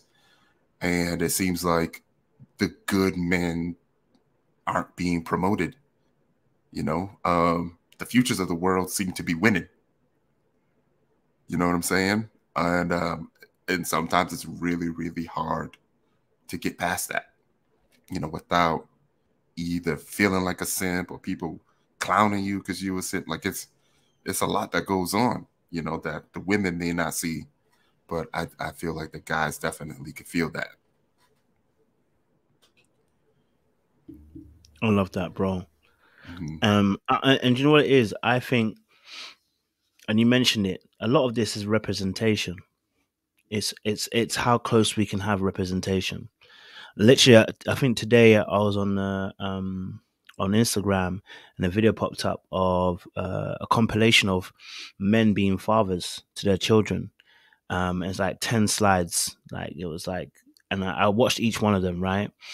And it inspired me not to have kids, but it inspired me to if when I do have kids, that there is this waiting at the end of it, right? And what I realized is it's a rarity to have imagery in media, whether it be popular TV or whether it be even our media in terms of social, right? Where there is positive examples of marriages. Because usually the marriages come up and there's some housery involved. Yeah. there's some scumbaggery involved in some shape or form in those marriages. Yeah. And I'm not even just talking about someone cheated once. I'm talking about some real deep ish. And you're like, this probably shouldn't even be standing, but somehow they're standing, but this ain't cute, right? I'm talking about that kind of stuff, right? So we're not talking about a misdemeanor that somebody has within the course of a relationship and it's forgiven and people grow and they move forward. We're talking about them things where you're like, I think that might be abuse. I think you suffered in that situation. Like you got across the finishing line, but you abused. You know what I mean? The imagery that is necessary in order for us to be inspired. And I think this is the biggest issue we have. You know what I mean? Like it's hard on not only this generation, any generation, but let's say specifically this generation, because we get fed a lot of imagery and a lot of imagery now. Even our TV shows now, I talk about media a lot because it's the easiest one to kind of, for anyone to, you look at any media now and you'll see broken homes all over the gaff. Yeah. You see, that's how they tell a story. They tell a story. The one that frustrates me the most now is whenever they tell, especially the black story, it's rare to have a black family. Yeah. You see, it's the mom that's single. She looking after the kids. Father's nowhere to be seen. Yeah. Or they do the flip reverse. They do the fathers with the kids, but the mom died. That's their favorite one. The mom's not around. The mom died. That's their favorite one. You know what I mean? So that narrative sells itself because then people actually see that in real life and it confirms their bias. And then it further pushes the idea that why should I even get married? Because the reality is people don't stay together. The reality is men cheat. The reality is men are trash. The reality is women are going to hurt you. The reality is women are going to take all your money. The reality is women are going to divorce you and take half. And then you shouldn't even fight for your kids because in reality, she's going to win the kids anyway. And then all of this negativity feeds into this frenzy that internalizes within the mind of individuals. Specifically, let's talk about the men. It internalizes in our mind, right? Like, that's why when I look at, for instance, quote unquote, when I look at the manosphere, I feel sorry for them because they are their own vortex. They are literally their own cycle that promotes the negativity that's going to keep them where they are. Because if every story that you tell is about how it's negative out there in marriage, how every woman is going to take half your money, every woman just wants to take your kids from you, every woman doesn't care about you. She, you know what? Women are the women and kids are the only ones that like unconditional love, and then it just keeps feeding this negative stance. Guess what's gonna happen? you ain't gonna want to get married, because every story you've heard has not inspired you to get married. It's inspired you to stay single. Do you see? So it's faith cometh by hearing. You know what I mean? So when you're hearing all these stories, they don't promote us to stay in healthy marriages or to get healthy marriage or to choose the right kind of partner. You know what I mean? It's all about how to avoid, but rather, okay, so how do I actually spot what I actually need then, bro? Like, why don't we have that? And so this is what I think is very difficult in this iteration. So yes, you know, I know we kind of went off course a little bit there. Go for it, Breeza, and then Corey, I know you want to say something. Go for it, Breeze. Yeah, so for me, okay, I just want to talk about the settling thing. I want to make a point what you said as well, Coach O, about, you know, the narrative being so negative, it doesn't make anyone really want to get married. You know, the whole, you know, pee in the dating pool, the catchy little phrases that come up here and there, people just attach themselves to it and keep throwing it out there. But I was in the comments, I was saying that, you know, I don't hear many positive statements from women when it comes to men.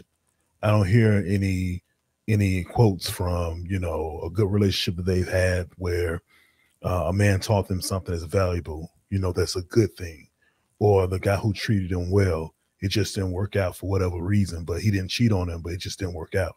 You don't hear those positive thoughts. And my thing is that, you know, as a man, if I'm talking to you as a woman, you can't tell me one positive relationship that you've had, one relationship that you've had with a guy that was good, that was successful, but it just kind of didn't work out at the end. Then that's a red flag for me. I don't even want to continue with you because your mindset is not in the positive mindset of as far as what can be. What are you hopeful for? You know, what's something that you're looking forward to in being in a relationship? You're looking for the negative so you can add more to your bag to say about other men? No, that's not cool. You know, if you're not in there with the mindset of, okay, I'm going to do my part, I want to make sure he does his part, and let's thrive together, let's build together, let's grow. If you don't have that mindset, then it's a turnoff for me. I don't care how good you look. I don't care how great your personality is. That way of thinking alone is just a turnoff. It's a turnoff to other men too. I don't sit alone with saying this.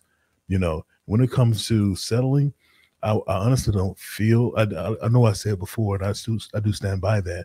But in the reality of it all, with the ratio being, I think it's 24-1, any man who's good, who's worth his salt, shouldn't have to settle. He shouldn't have to settle because there's a woman out there looking for you. You being that man, it's someone out there looking for you. So you shouldn't have to settle. And with that being said, now it doesn't necessarily mean that a woman should beg and plead to be with you because the numbers are in her favor. But it's just to say that you as a man, if you are that good man, and that's what's the problem too. If you're a good man and another woman sees you're a good man nowadays, you know, some women don't even care that you're taken. They still will come at you. They'll still come for you because they know you're a good man. So it's so hard for them to say, find that good man. They'll try to take you from who you're with. And there are women out there who are like that. Not every woman, not all women, but there are women out there who are like that. So I say just have a positive outlook on it. I think that as men, we have to come to the reality that it's true that we shouldn't have to settle if we're good men. But some of us still do that because some of us aren't there yet. So that's all I want to say about that. It is a lot of negative stuff coming out here in the manosphere. It is too. But I think grinding for substantial income or like sustaining some type of income forces you to build content on what's clickable. You want to serve the click-through rate, regardless of it's a negative outlook or a positive outlook or whatever gets clicked. People tend to make content built on that, and they use talking points and they talk about stuff that's can trigger the algorithm so they can get their money. And it's at the expense of the awareness of whether or not there is good people out there to get in a relationship with or bad people. And that is where I think the negativity comes from on the part of content creators. It's about what does the audience want to see, or what do they want to hear? What will they click on? And regardless of what you believe, regardless of your morals, you're going to make that content for the audience you built. And if you deviate from it, then you're inconsistent and you lost trust. You know, I think some similar may have happened with Hafiz last year in some shape, form, or fashion. But yeah, I think that's got a lot to do with it. And I get what movies and entertainment is doing. That also got something to do with what do the people want to watch? What makes them tick? You know, if it's negativity, then we'll put negativity on the screen. And then whenever I think it's easier to target the Black community or the Black people because we don't really have any structure. We don't have a community. You know what I'm saying? We don't have a community that can stand in front of it and say, hey, look, that's not who we are. We embrace it as a mass. We buy into it and we promote it. So what do you do? And then you have a world of information we live in to where we can just pull statistics up in a matter of seconds. So whenever we actually vetting, we're using the statistics we get from research on people. Now people are just walking statistics. They're no longer a mystery, somebody you need to pick apart and figure out where their mind's at. You see a woman, we use them as walking statistics. They're no longer a benefit of the doubt anymore. We used to be a benefit of the doubt. And now we can walk up to each other, have a conversation and see what. Now we're like, oh, that's a woman. This is what she's wearing. It's 2022. So 9 times out of 10, she's a 3 or 4. I'm going to move on to the next. That's what we have now. And we can't just put it on ourselves as humans. We have to also shed some blame on what we created. So now you have to think back like, okay, so what did our mothers and fathers that had successful relationships, what are the things that identified them as? I'm ready. You know what I'm saying? I'm a ready man that's ready to be a husband. I'm ready to be a wife. We got to ask ourselves, can we figure that out? Like, is there somebody we can talk to get an understanding on why your relationship was so successful? Or what are the things that makes a man ready to be in a committed relationship or be a husband? What are the things that makes a woman ready to be in a relationship? And it's kind of hard to go back for some of these guys because a lot of them is not raised in dual parent households. So now what do? Your mother is supposed to nurture you, and the father is supposed to raise you. You not raised like it's. I think, and someone was telling me like, hey, a lot of these people need therapy before they get in a relationship, or some type of premarital counseling. I think that's important. So now you have to look at. Now it's like everything is forcing us to look at the outside. Okay, can I see myself with this person? Is they attractive? You know what I'm saying? If they're attractive enough, you know what I'm saying? Do they look healthy? You know what I'm saying? Do they earn enough? And then all the other stuff, I'm just going to have to try to deal with it or try to compromise or try to figure out if we can fix it along the way. Because I think everybody now is swiping left and right until they get somebody that's perfect. You get what I'm saying? I've been told these are the perfect stats that align with this man. So if he's missing one, I have a fear of missing out. So I'm just swipe left. There's so many other guys. I got so many options. I'm in a peak of my market value. I'm just keep swiping until I find a perfect person. But you got to keep in mind then, does your values, does it plateau? Does it stay the same over the duration of time you searching? You know what I'm saying? As a woman, I think it's accountability part on a woman, and a lot of women don't want to hear this. You're going to run into geriatric pregnancy. You know what I'm saying? You're going to run into higher pregnancy at an early age if you desire to want to have kids at one point. And then men run into, I haven't really quite put the finger on what men run into as they get older, as far as something that can devalue them as far as in the dating market. I haven't really run into that yet. I haven't really put a finger on. I haven't had it's not enough conversations going around. There could be some things that a guy would deal with. Okay. ED. I don't know if I can say that. Erectile dysfunction.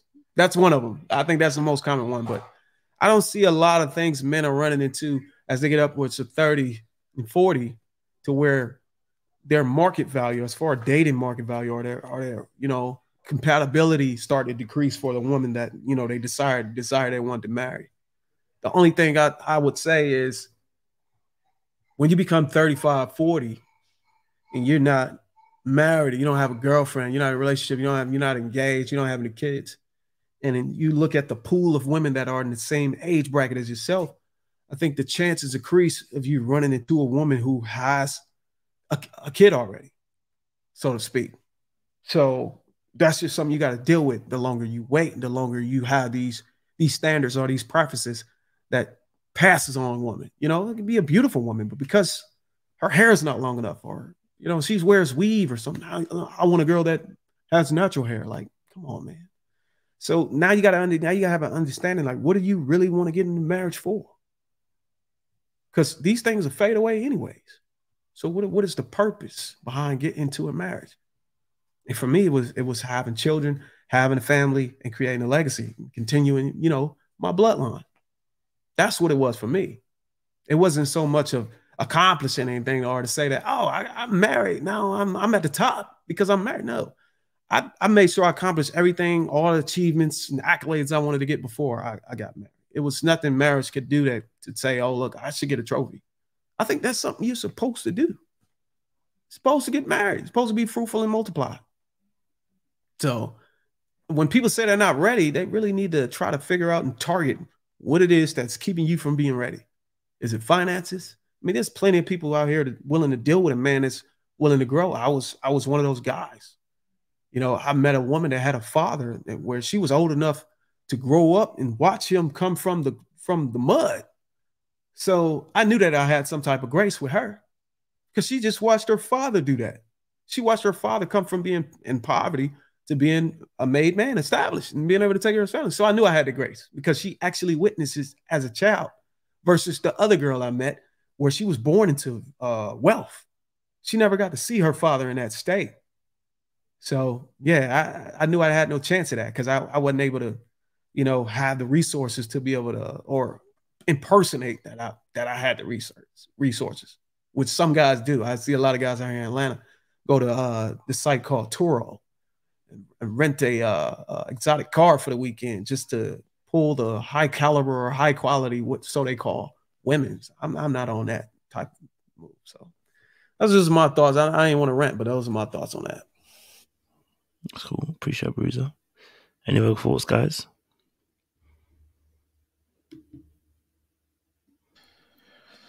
No, I mean, I just say it's just so many points to touch. Like, we could be here all night. You know what I mean? Like, we could literally be here all night talking about, you know, the plight of, you know, the black man, black marriage, and things that we are looking for, and what's good and what's bad, and how do we move on. You know, one of the things that I just try to do is I try to do my part, you know, and try to get an idea of what I'm being perceived as publicly. I know I often joke that, you know, privately, I may be a little bit different, but, you know, in the end, you do grow. I think growth is good for everyone. I think having those experiences is good. And I think one of the things that we got to do is, I think we got to find a way to promote the black woman. And I can tell you from my experiences from like being on a reality TV show, like the background conversations of what was discussed amongst the men, it wasn't very positive. I'll just say that. So one of the things that I wanted to do is I wanted to be the opposite of that. I wanted to try to promote, you know, creating queens as opposed to, you know, that the comment I made about the futures of the world.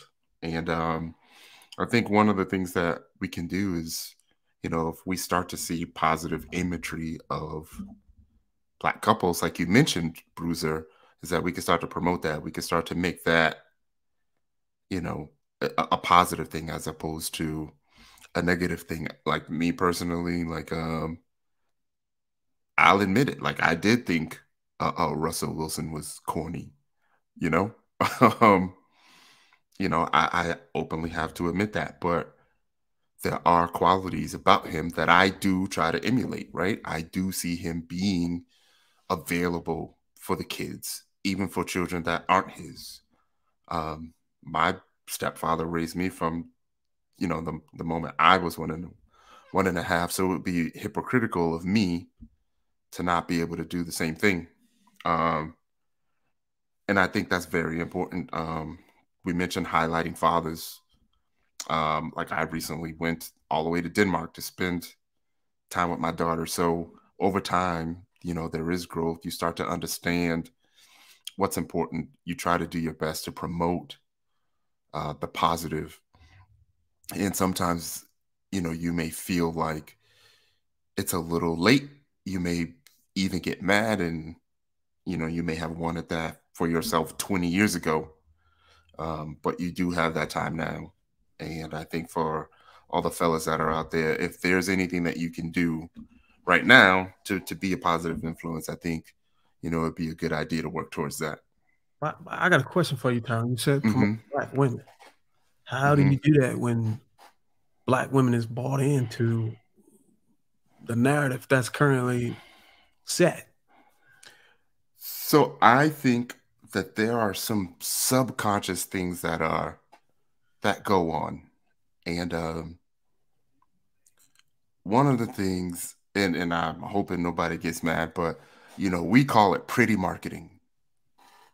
You know, if you want something to sell and you want it to be towards like the Black community or Black women or Black men, there's normally a light-skinned Black woman on there that either gets the lead in the commercial or in the movie or the superhero, you know, and the darker skinned woman is most likely always like the warrior or the Amazon or something, not normally the mom. And, you know, there's things that we can do, like not promote that. So let me ask you this, Tyrone. Yeah.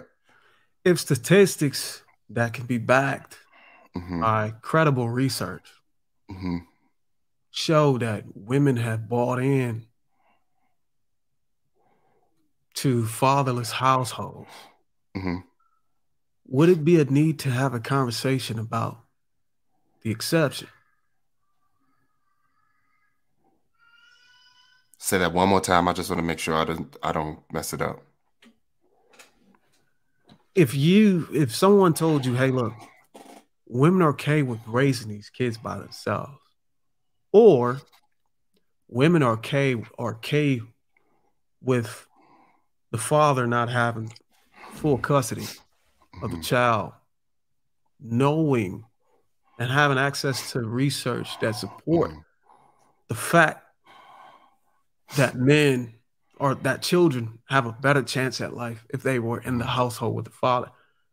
What if someone told you that women know that and realize that, but still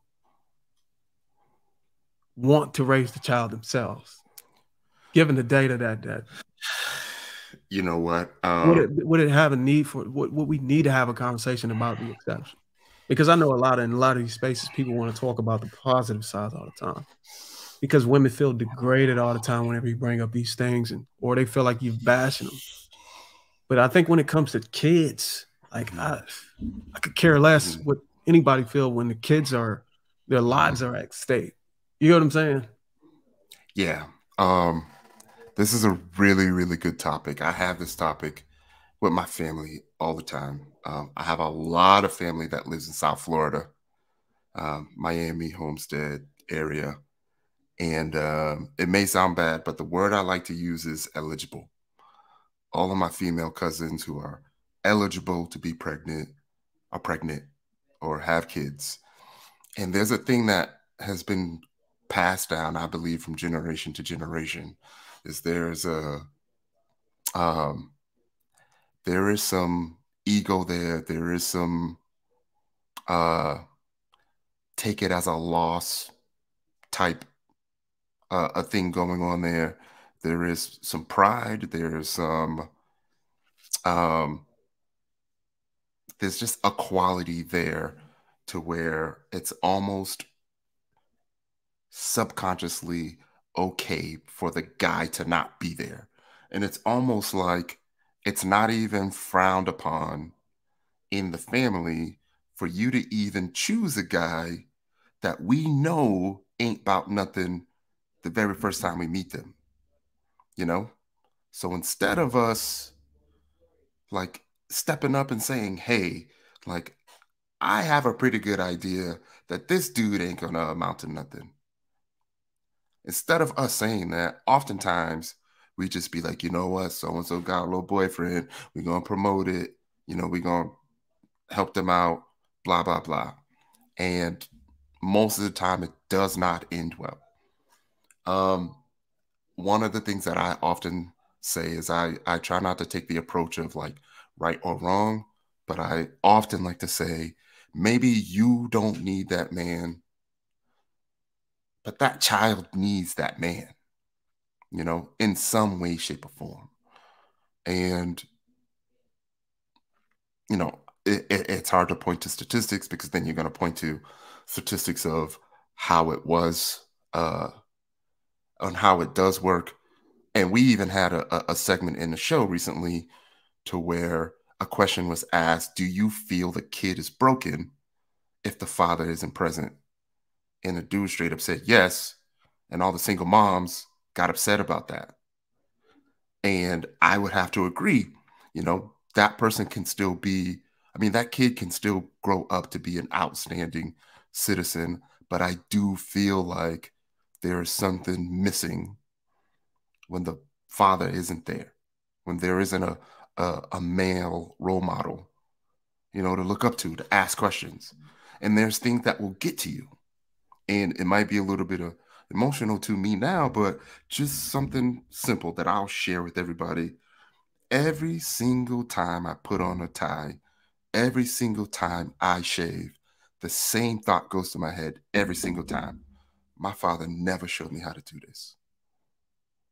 My father never had a conversation with me about stocks, buying a house, going to college, even graduating high school, because he ain't never did it. And I have to live with the fact that I will never have that conversation with my father. And it's hurtful and it's very, very painful.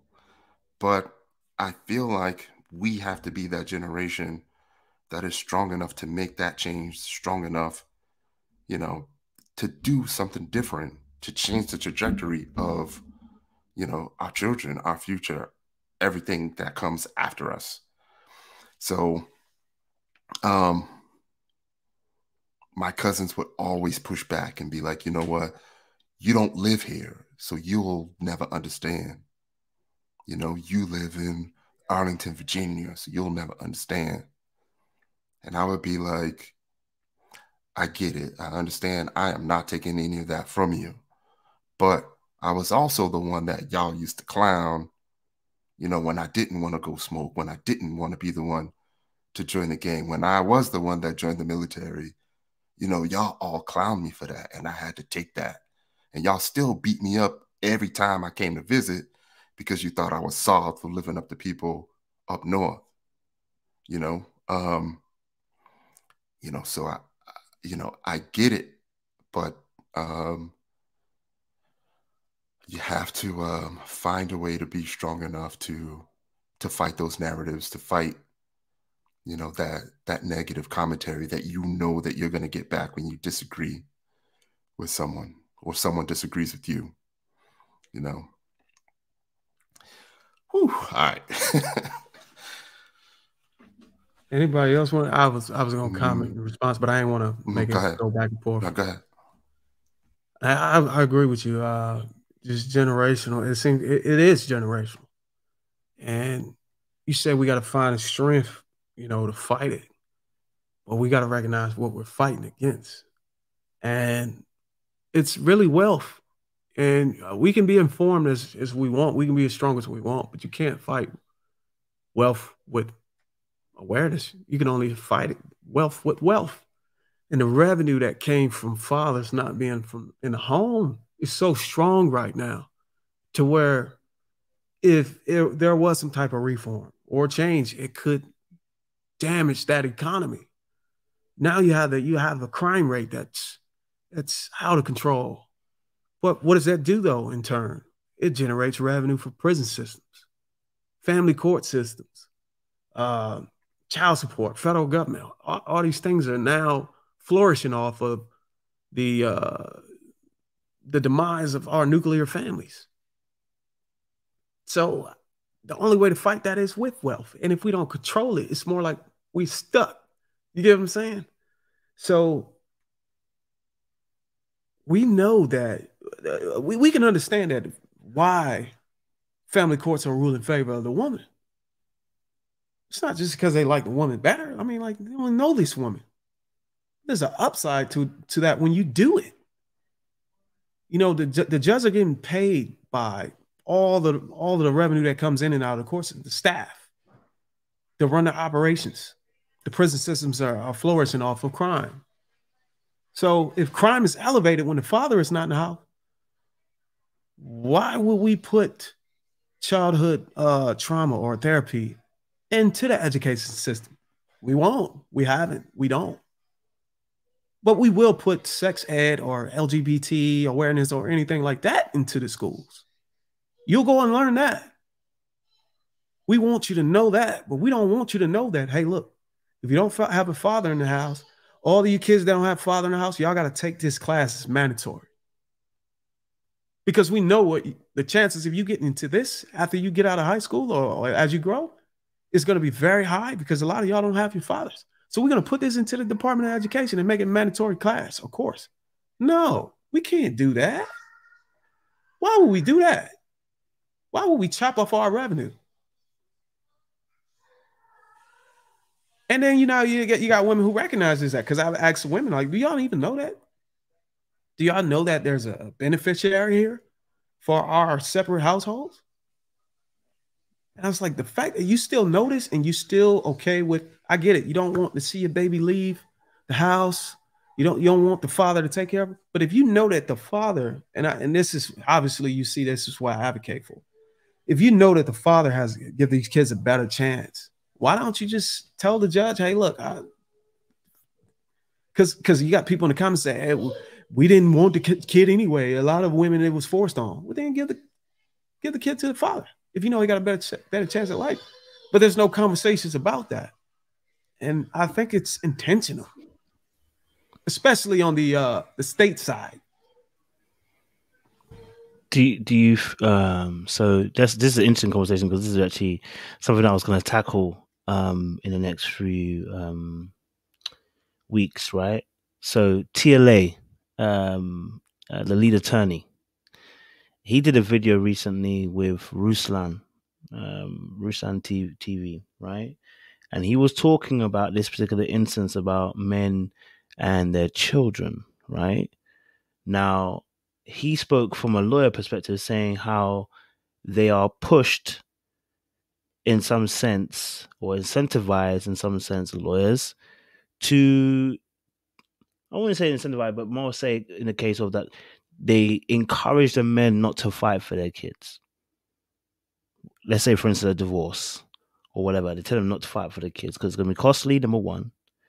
And number two, they would have to go into the courts, and it's time, it's money. And basically there was a push against men having to fight for their kids, right? Because of these situations. Now, what's really interesting is that when I listened to that, I said to myself, well, how will homes be mended when we advocate someone like lead attorney who's big in the manosphere? It was pushing for men not to go after their kids. Like, it doesn't matter how tall the mountain is. It's your kids. Right? And so the system that we're talking about, we're not even helping ourselves as men. Because the system that we're talking about, we're in control of that system. Our own men are involved in that system, and they are advising other men, "No, bro, let it go, man. The kids are expensive, man. Don't go after it. Leave it alone." You know what I'm saying? Like, stuff like that is the nonsense that is perpetuated, and we wonder why there are more broken homes.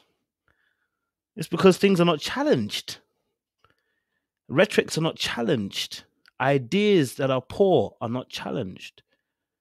If you come to me, T, and you tell me, bro, you want to see your daughter, but it's going to cost you a couple grand, I'm going to tell you, well, get your ass to work.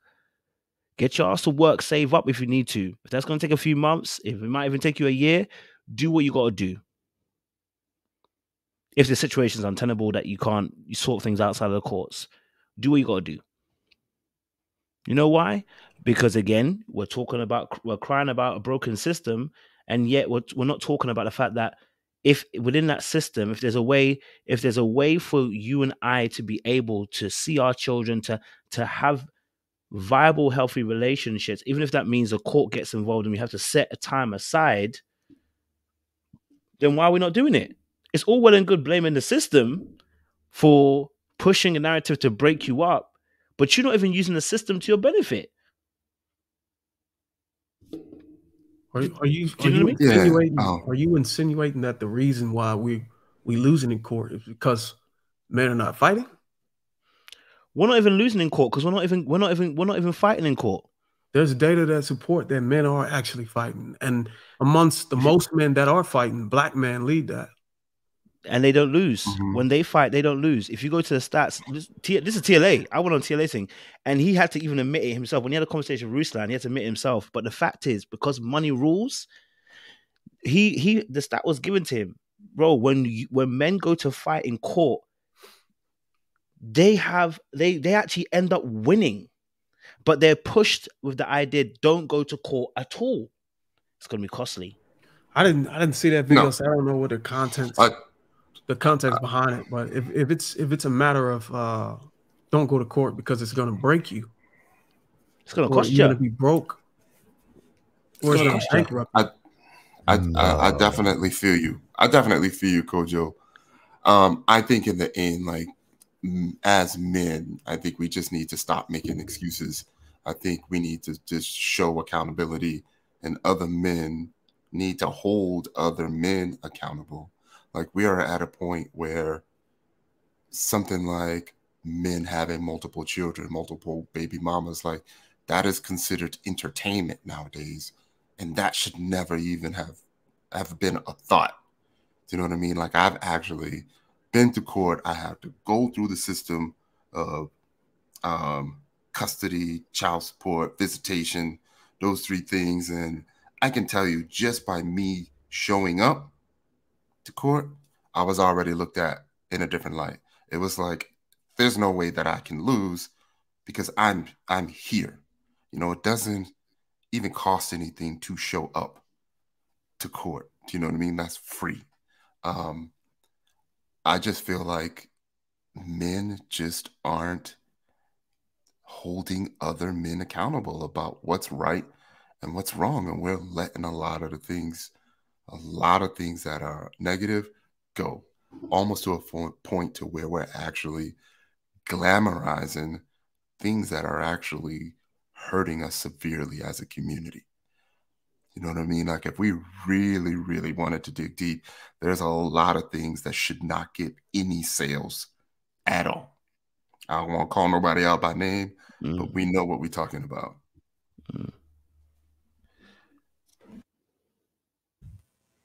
Yeah, so these are my thoughts when it comes to that, you know. And I'm not saying I'm right when I say this. It's just, like I said, it's just my thoughts. When it comes to the fight, the interactions back and forth between parent and parent, it's a lot easier from what I've seen. Again, it's strictly on what I've seen. Men that are good guys that want to be there, want to be in the kids' lives, want to have some type of structure of co-parenting, you get the hardest time. The ones who are not as much, they don't seem to get much pushback. And this is what I've come up with as far as the reason of the why. There is something about the guy who is a good guy who wants to be there for his children that women do like. That parent likes that, but it's more of a latching out because they see the good in that person, but they can't be with that person. The ones who cannot add any value to the kids' lives, those are the ones who put their hands up. The parent who put their hand up and say, you know, I don't want to deal with it. I'm good. I'm good on that. So I think it's about how one parent sees the other, in my opinion. You know, I think, and this is what I'm saying about narratives, right? Because when I go into manosphere, the narrative is the women are moving mad, and you know what? Like, we're having to go to court to fight for our kids. Every single time the complaint is that women are this, women are. I'm like, bro, I don't care. It's your kid at the end of the day. You understand? You have to do what you have to do. Unfortunately, life is unfair. It's unfortunate, but life is unfair. So if you know, the family courts favor the women, you don't turn up. If you don't turn up, how you gonna fight? And like I said, when the stats was presented to TLA, it was presented that when men actually turn up, they actually win. So it's like that narrative. That's what I'm saying about narratives that get formed because people don't want to actually do what they're supposed to do, right? They want to rather whinge. But the reality is, when you turn up, you actually win.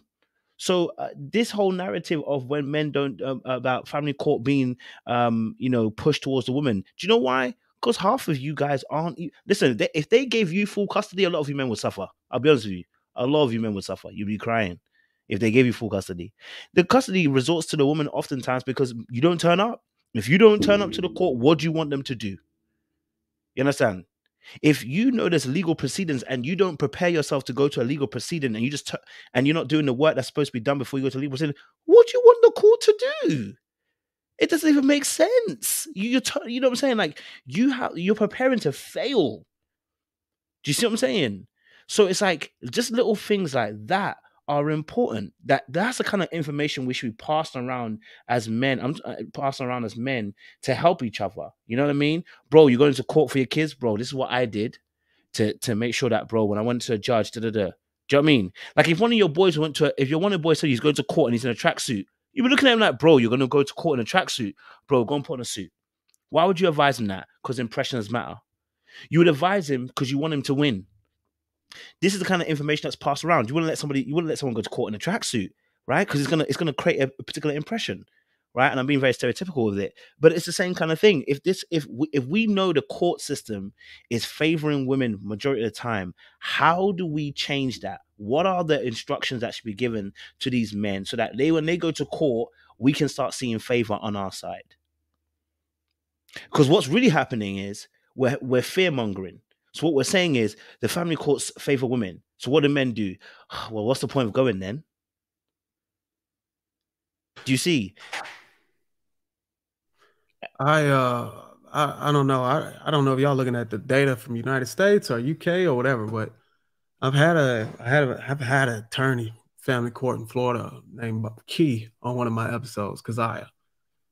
And she informed me that the courthouse do favor the woman, and it's not based on what you guys are pitching as far as the men are not showing up or willing to fight.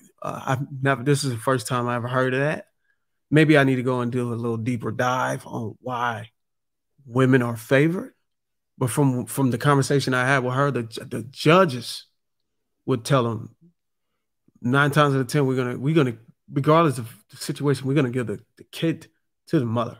The only way that they would, and these were her words, the only way they would have ripped the child from the arms of the woman is if she was on drugs, or she was unhealthy to the point where she couldn't survive, or something like that. There was never a case where this woman, able-bodied, willing to take care of her kid, not on drugs, is going to get her child ripped from her arms and put into the custody of the father. So that's just the point I've gotten.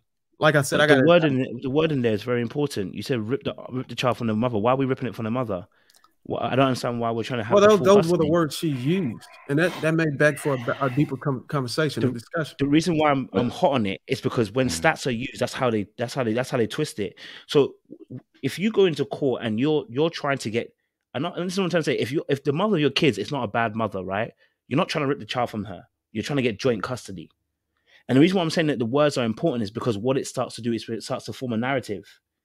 So you're not trying to unless a mother is a bad mother, you're not trying to get full custody. You're trying to get joint custody, or there's different kind of forms. So you have joint custody, but joint guardianship as well, so that you can make decisions, whatever, right? In most cases, you're going to try and go for joint, right? Within reason. Because if the mother's good, you're not trying to take the whole child from the mother. So you're just trying to get joint. That's it. So this is just in default. The woman has custody default. It's just a matter of you turn to court. You turn to court and the court defaults it straight to the mother. That's how it is. That's what I'm saying. That could be hypothetically speaking, but for the most part over here, it's like the woman. There's really no struggle for a woman to get full custody of a child in America. It really isn't. So, like, there's arbitration first, right? And there's things that you can agree upon without going to court. And I had mentioned those three things: the visitation, the guardianship, the visitation, the custody, and the child support.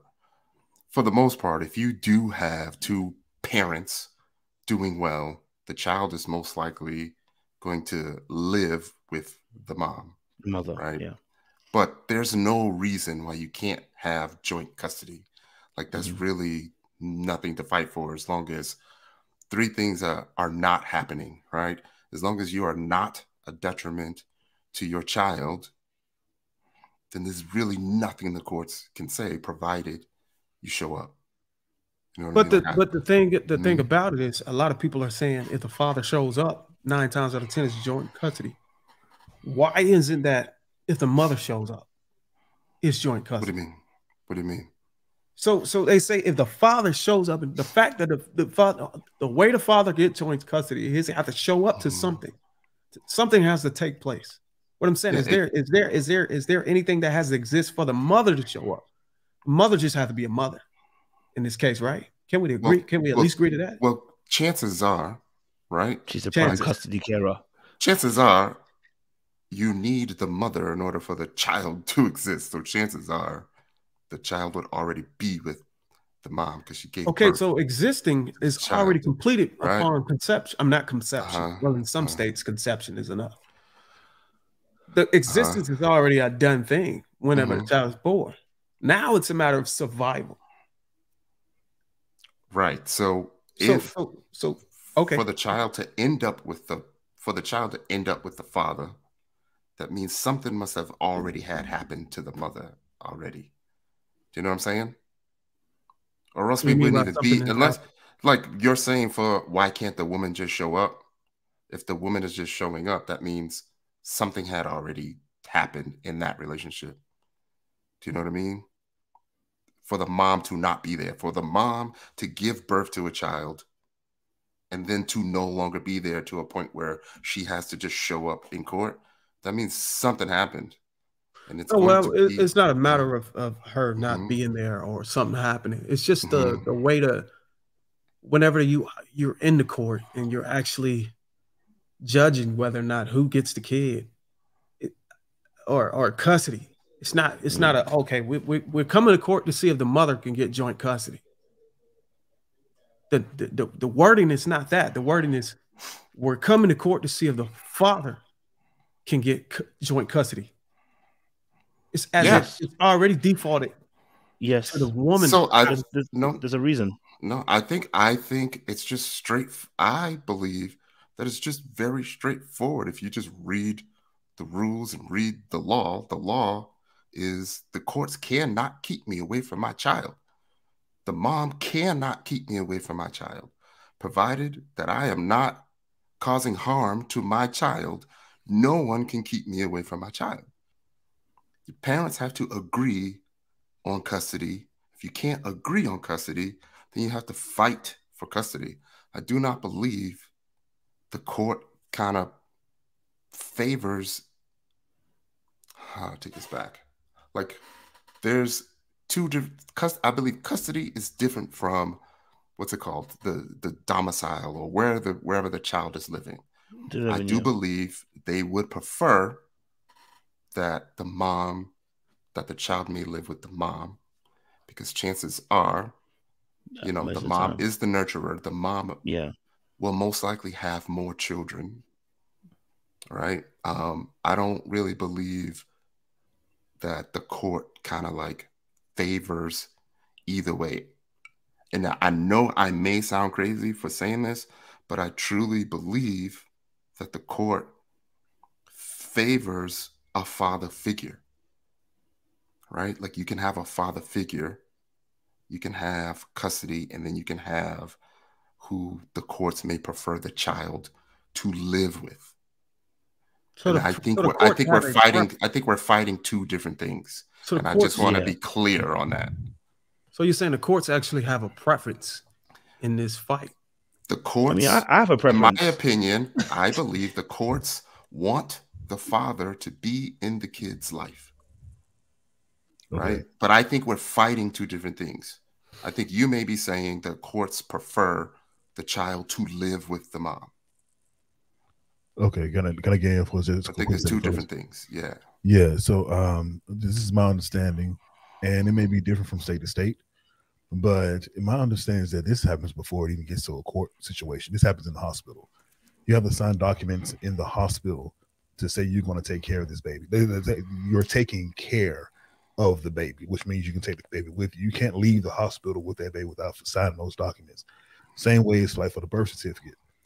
A parent has to sign the birth certificate before you can leave the hospital with the child. Mm-hmm. So with that, that's already been understood. And those same birth certificates and that are filed with the court, that documentation saying you are going to take care of this child is also being filed. So that's automatically done before you leave the hospital. Now, once that's done, the man does have the right to legitimize. Legitimation is very important because you cannot get or ask for joint custody without legitimizing your child. Legitimation costs a couple $100s. It's not going to break the bank. If you want some Jordans, you get a couple $100 and go to court. But it's the same thing, right? This is way more important than a pair of J's. So if you're doing that, you ask for joint custody. That is what the court wants. So Tyrone, you're right when you say that. That is what the court wants. The court will more likely grant that than sole custody to a parent, because that father did show up to court, and because legitimation has to be the startup has to be done by that father anyway. The mother's not going to file the paperwork. The mother is not going to pay the fee that's due to get the dad to come to court for that. So you have to be the man and go to court, file the paperwork, do all that, and then set a court date and then go to court and say that you want that joint custody. So what I'm saying, I just say that to say that what you guys are talking about as far as why is it in the benefit of the mom instead of going to court and just figuring it out between the two is because that decision has been made at the hospital. Like I said.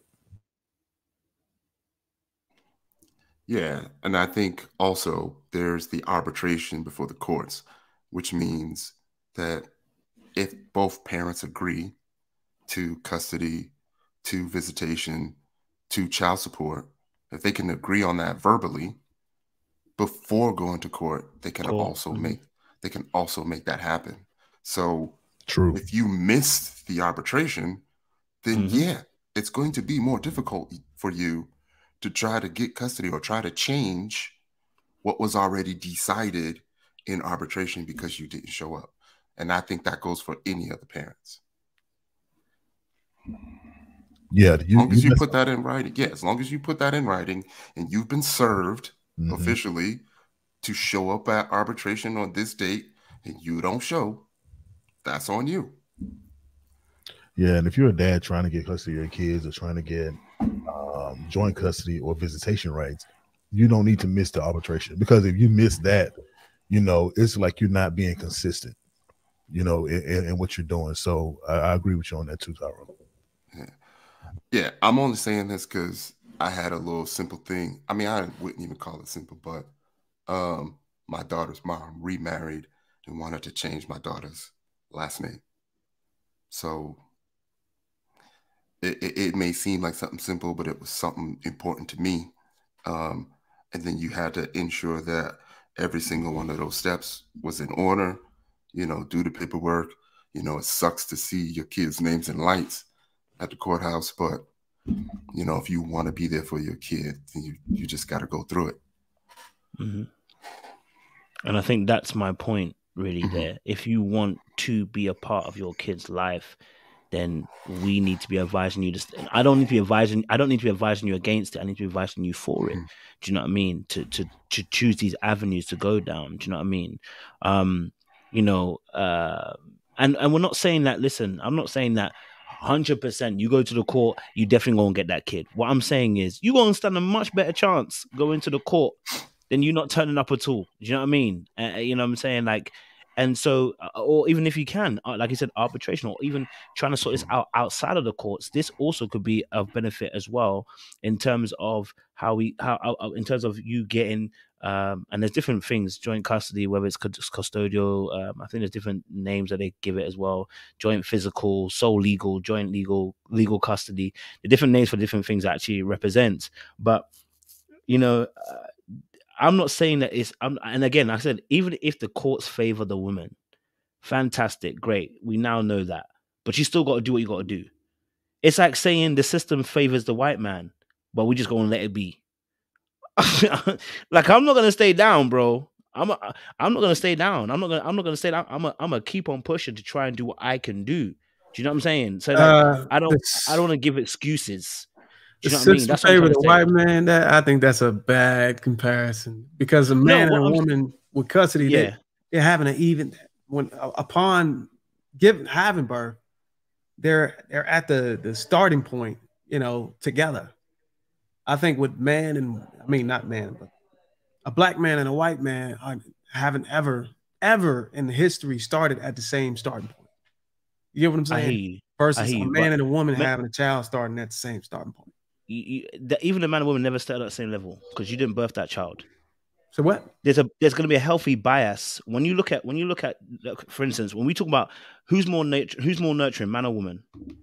No, I never had an argument against that. I just said I'm saying we naturally as human beings have a natural bias. Like when I said, even if the courts favor the woman, I said when you even start, of course, yes, you both procreated, but the reality is, the amount of time that the mom spends, then the father spends, we can't compare the two either. You don't actually start on the same level. Most of us do not start on the same level. You don't spend as much time as probably your wife will spend with the kids. Like in most cases, not every case, but in most cases, we will not start at the same level, because you do not spend the insurmountable amount of time as the woman does with the kids, because we consider women to be more of a nurturing role and we to play the provider role. So you actually don't start on the same level. But what I'm saying is, and let's say we even did, I would say we do start on the same level. I think the man and the woman have the same level of significance in their presence in the child's life.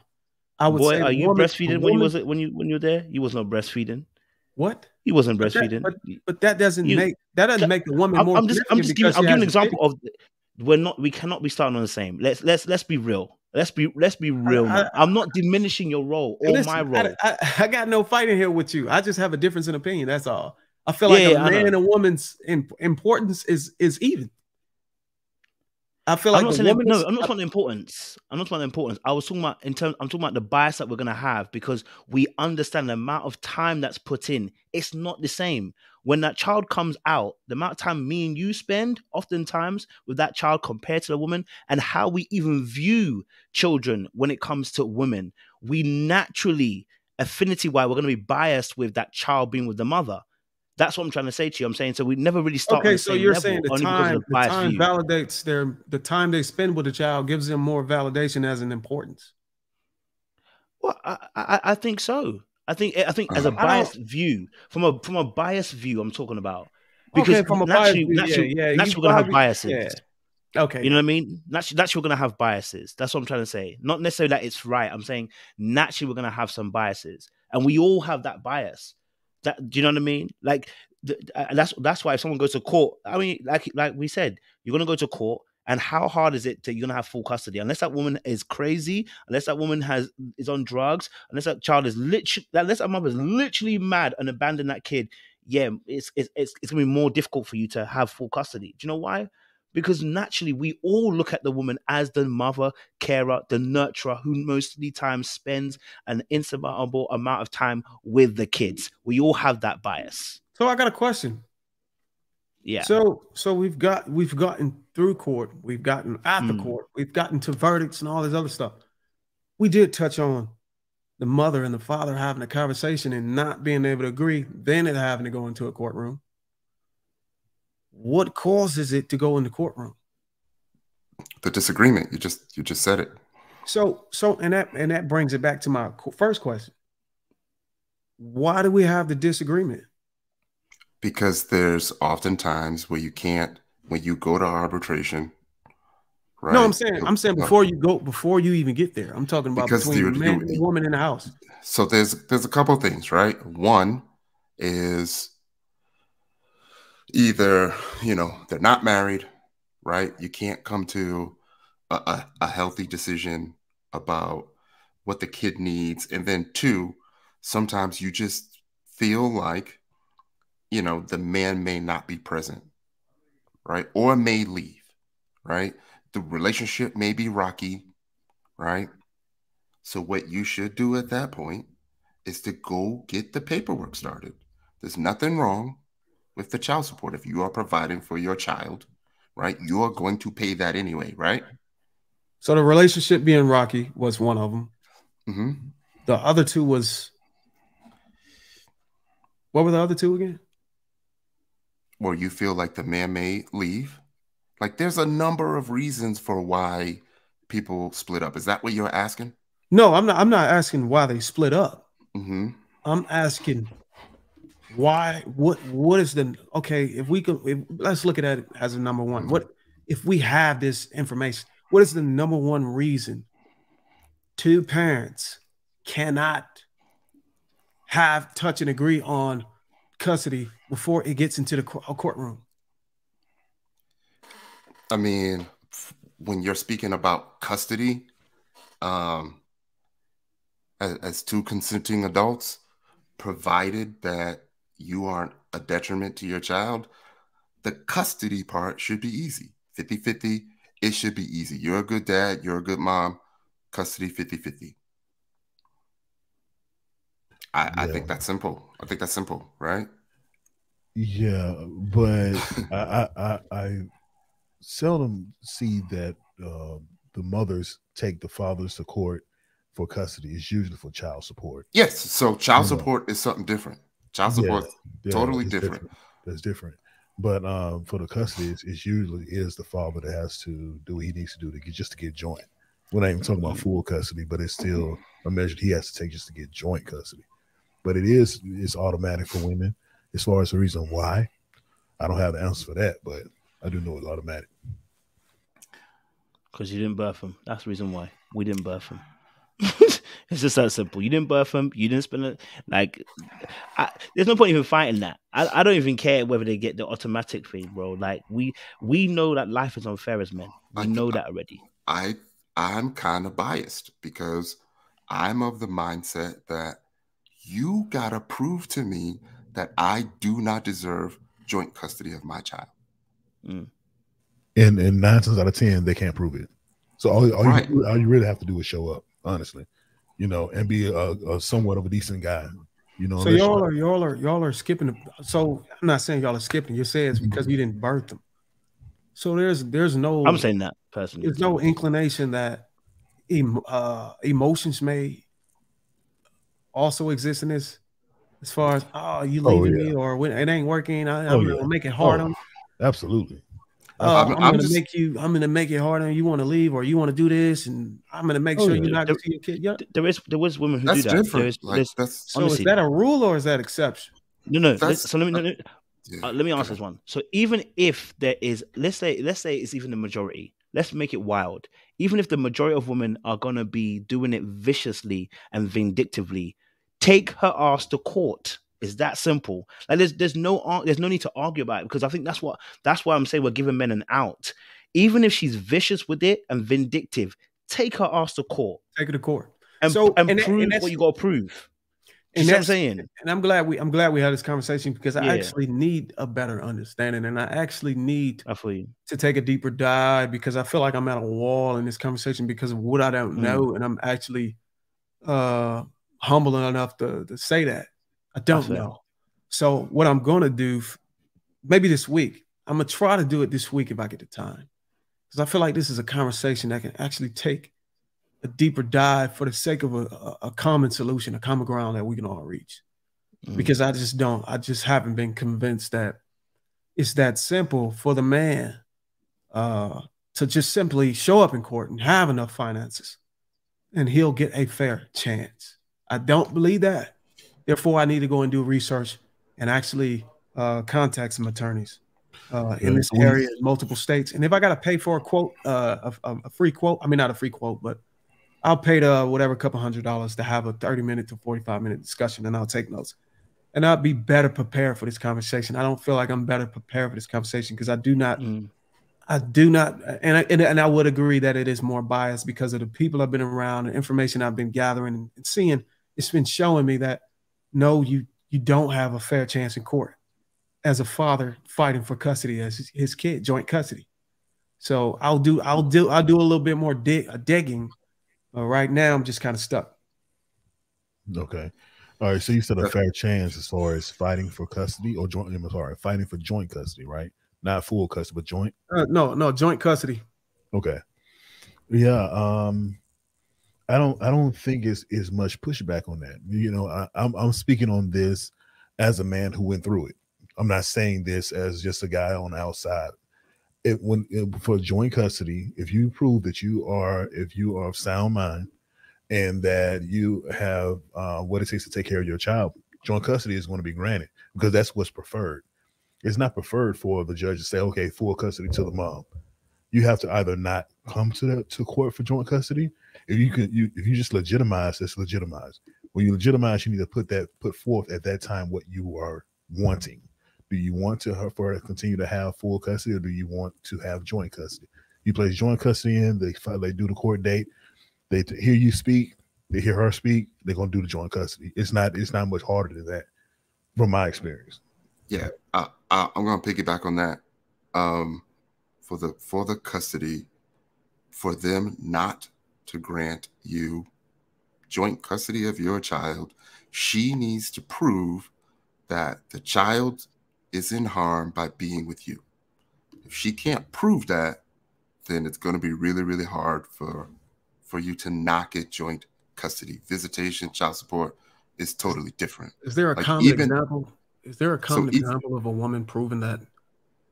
Yeah, if she can show bruises on the child, right?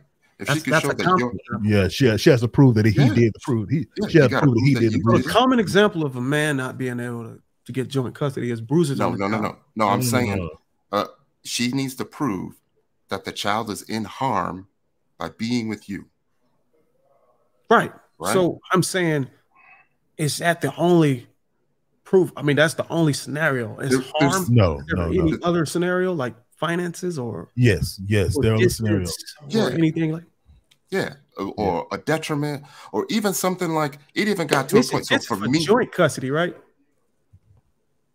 Yeah, like custody. So these are some these are examples of some of the things that the woman would have to prove. Yes. Is there any examples of what the man would have to prove? Same thing. My child is in harm by being with her, and he would have. And you got to prove that. Yeah. Okay. You may even have to get as petty of being like, because I had a similar situation where you need to be with your child. You need to grab a newspaper with those dates on the newspaper to show that, to prove that you have been spending this amount of time with your child, right? And they may even put your child in a room, give that child a doll, and see how that child cheats that doll. Because that is kind of like a representation of what goes on at home. Or they may even ask the child, are you afraid of daddy? Do you want to go with daddy? Do you know what I mean? They're going to take that into consideration sometimes. Yeah, but that's generally a last resort To get to have to ask the child those type of questions is usually a last resort. But say, for instance, as far as an example that you're asking for, Bruiser, is that if you said for a man, for a man and a woman, or you want the woman and the man, or does it matter which one you need?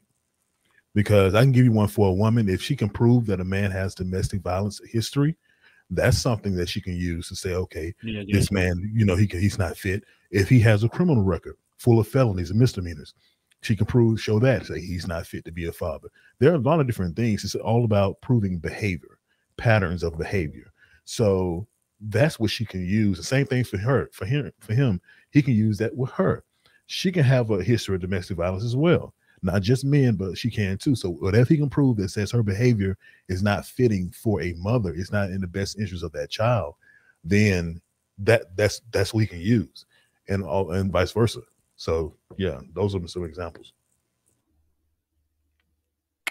Also, I don't know if y'all heard this. I also know, well, I'm not gonna say I know, but I've had conversations with people who disclose information about how the courts aren't really concerned about who gets the child. Really, what these attorneys do is they run your finances into the ground to one of you give up. Is that something you also heard, or is just me? No. Like, you never heard of that? No. In my experience, everybody wants what's best for the child. Do you know what I mean? Because going to court, like, the other parent may have to pay for those court costs as well, because the lawyer still got to show up. Do you know what I mean? So you could end up taking money out of the mom's pocket. What can happen is, if the mom was to take you to court and she was wrong, then you can make her pay for your court expenses. So as long as you're doing right, you're showing that you have proof of you showing that you are paying your child support. It can even get as petty as all communications is over email. That way, everything is documented. Sometimes you got to get that petty. You know what I mean? No phone calls, text me or email me. Sometimes it gets that way. But if you are not a detriment, you are not showing the kid harm, you are there, you are present, you can provide for your kid. That is your birth child. There should be nothing that's stopping you from getting custody of your child.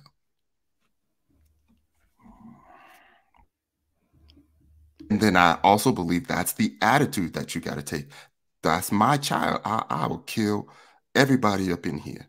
You know what I mean? Like, and a lot of the fellas don't have that. Like, I know dudes that will quit their job so they don't have to pay the child support. And it just irks me, because things that I got to do just to spend the weekend. All right. Yeah, we don't want to press those buttons. That was my bad.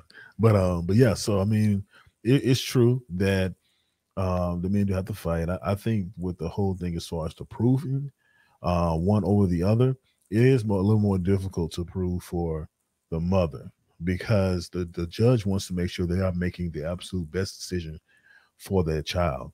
So you have proof that the mother is unfit. It can't be light proof. It can't be just some stuff on the surface. It has to be some detailed, deep proof that she's an unfit mother.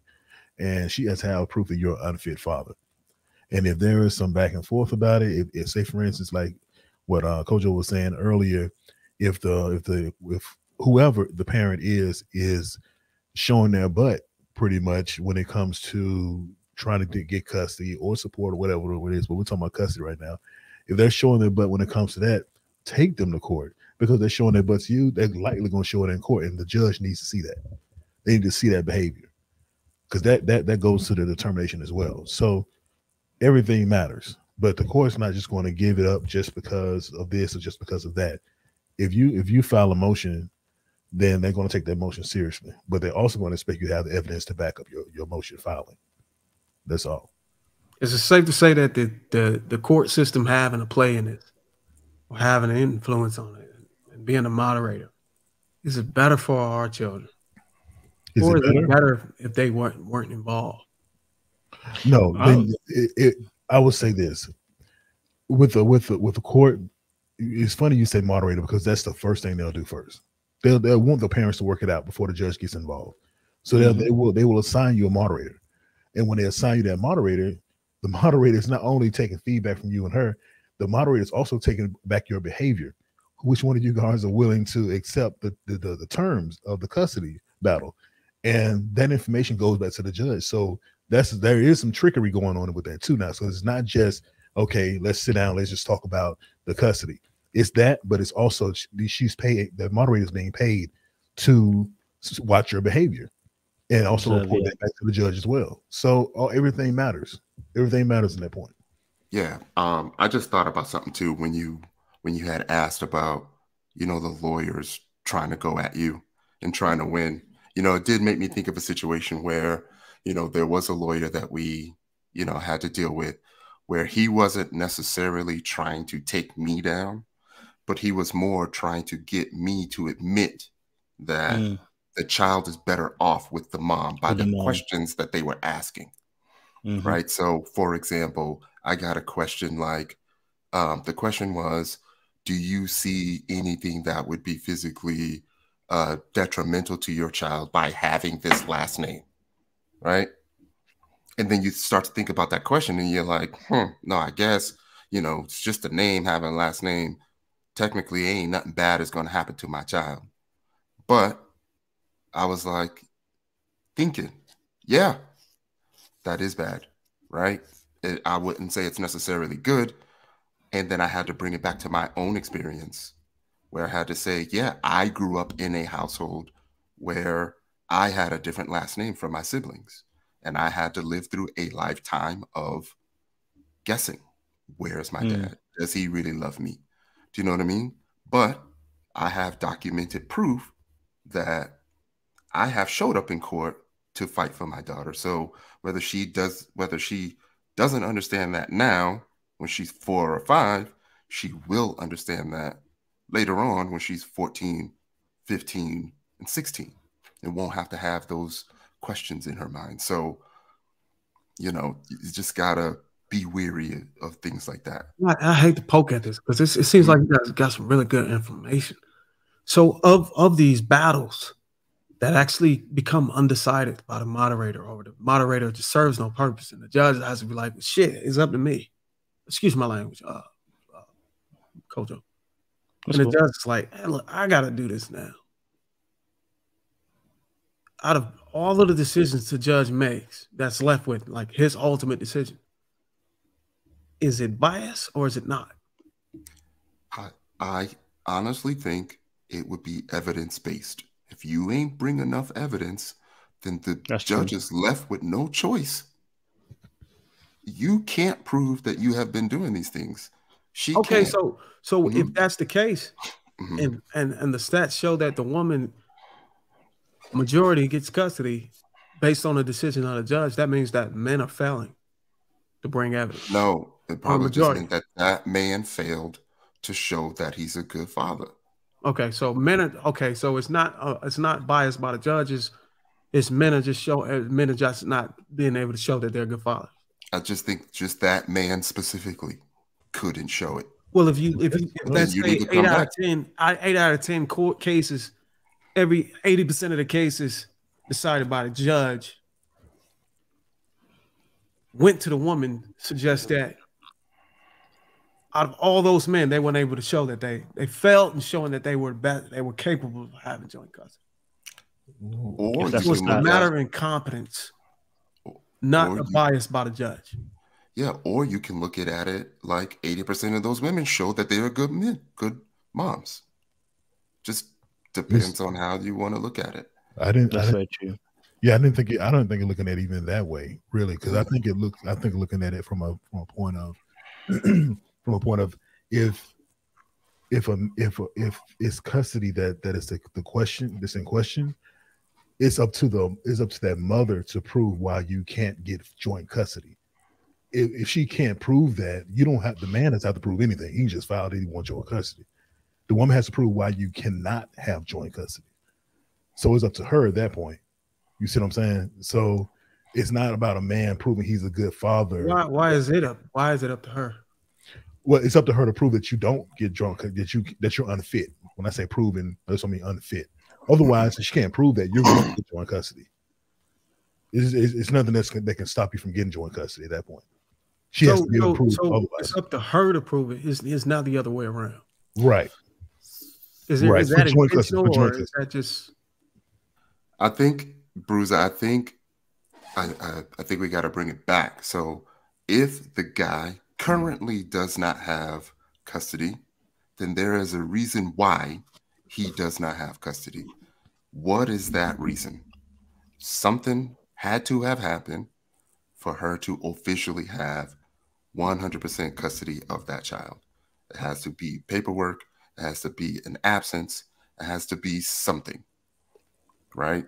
And for that to change, dude is going to need to come strong. And it would be the same way for the woman. So I understand that we might be like aggressively trying to fight for the guy, aggressively trying to get answers for the guy, but it's really the law. Like, it's really just cut and dry, honestly. Well, I'm just asking the same questions that I plan on asking an actual attorney. So I just want to make sure that I have an understanding of what I've heard. That way I can sit here and say, okay, now this is different. If it is, in fact, different. That is my only reason for poking at Let me play the clip. Let me play the clip that I was talking about, right? So you can further the conversation, right? This was a conversation between TLA and Ruslan recently, right? So I won't play the whole thing, but just you can have a listen. If you like, are done away with before a judge has ever seen it. He's just doing it as a formal technicality. 90% never go to a court. It's completely dealt with in mediation. The remaining go back so you don't miss the context. From the research I've done, and it's 20 years doing family law. Okay. And I represented both sides. In fact, I represented everyone. Okay. Everyone that you can think of in a family that has ties to family law, divorce law. And so, do you mind if I push back a little bit? No, absolutely. Okay. So from me kind of digging into this and also being close to single fathers who I've seen repeatedly get 100% of the custody. That's part me being anecdotal, right? But then the flip side of just kind of peeling away at all of the data, from the research I've done, and I could send you all the citations and all the references if you like. It seems that only about 1.5% of all custody cases ever actually make it to a judge. That the vast majority of these cases, approximately 90%, are 91%, and I could pull up the study for you if you like, are done away with before a judge has ever seen it. He's just doing it as a formal technicality. 90% never go to a court. It's completely dealt with in mediation. The remaining of it, 3.5%, is dealt with and a judge signs off on it, and 1.5 actually go before a judge, and the judge decides on where the children are placed. At the very least, we have to acknowledge that 90% of the time men lose their kids. At the very least, we have to acknowledge that's a very misleading statistic. Because those 90%, those people aren't even going to the court. They're not even, it's not even a part of a court. This is handled completely outside of the court. So 90% out of all of the cases, only 1.5% go to the judge. You mean like in a trial? In a trial, correct. Okay. Okay. And so out of those, what they found is that 80% of custody cases are settled by the parents without any outside assistance. Another 11% are settled with mediation, and another 5.2% of custody cases are decided upon by the parents after a custody evaluation is completed. Only 3.5% of cases are heard by a judge, and 2.2, this just goes down and down. And then basically what they found out is that when the fathers actually escalate the cases to the judge, they actually end up getting more custody, at the very least 50-50, a lot of times more than 50-50. Here's another citation.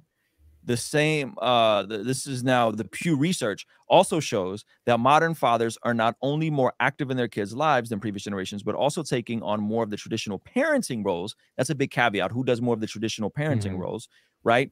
Than in the past. There are still more single moms raising children, but it's likely inaccurate that the court is biased towards granting women custody. In fact, statistics are frequently cited that suggest around 90% of women are awarded custody, but they also fail to show that 60% of men get custody in contested cases. In that 1.5%, men get the custody. Yep. Okay. Similarly, in over half of all divorce cases, the parents mutually decide that the mother will take the custodial role. That's mutually decided. Now, his reasoning for this, I think, is amazing. The issue seems to be is that a lot of fathers don't escalate it legally. They just go for whatever is presented to them. They don't fight for the custody. And like I said, no, this is speaking anecdotally. When men actually fight, they get it. I've seen 2 friends of mine personally fight, get 100% custody. There weren't drugs involved. There wasn't alcohol involved. There was nothing like that. Get 100% sole custody. And so why does it default to the mother? Because usually the mother is the primary care provider. But if you have situations where the man is the primary care provider, the empirical evidence says the opposite. The empirical evidence says that when men escalate, the further they escalate it legally, the more likely they are to get full or at least 50% custody. Generally, and I don't want to tie myself down to the numbers, but generally that is true. Pause it. Pause it. Stop. Give me my flowers. He said generally that is true. Yeah. The data is what the data is. Now, the reason why he gives is a tough reason. I get it, right? Yeah. But he's still going to tell me I'm wrong, despite the empirical evidence being on my side. Yeah, I think that conversation's misleading. I think the numbers are misleading. I think there's information that they're leaving out. I definitely want to see the numbers of the men showing up to court, providing evidence, and still losing. And that's what he was saying. Like, yeah, there's only 1.5% actually go to court, actual court in front of the judge, and out of that, 60% the men actually win. So the narrative that men don't win in court is based on them not showing up. Exactly. So it's misleading. So if you take that stat, it becomes a misleading stat. That's what I was saying about the narrative being incorrect. And that's what I said about manosphere are notorious for fear mongering. They love it. Do you know why? Because then they are no better than a bad church. They are no better than a bad church and a bad preacher telling you that you don't tithe, you're going to hell. You don't tithe to this church, you ain't going to see Jesus' blessings. They ain't no better because their money and their wealth is tied in your fear. They ain't no different. They're in the same place. So I'm gonna most definitely have to check out that full episode to see how the lead attorney responded. Because I mean, I think it's gonna be interesting it's triggering me right now to figure out, like, damn, you said he was generally true, but the follow-up behind that is really going. It's got me. Yeah, he goes further. He goes further to explain. Yeah. So I got 2 questions before I even get into all that. Number one is, does these stats compensate for every race? Number 2 is the difference in race significant enough to have a conversation about? Because it sounds like those numbers encompass all men, white, black, Asian, Mexican, whatever.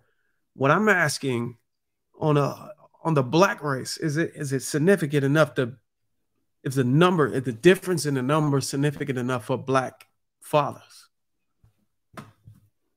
I wouldn't know. 100%.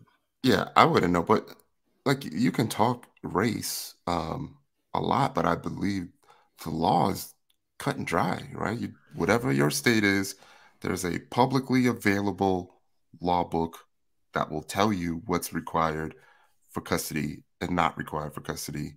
Like, it's, in all honesty, I'm telling you, bruh, it's probably only 2 or 3 paragraphs.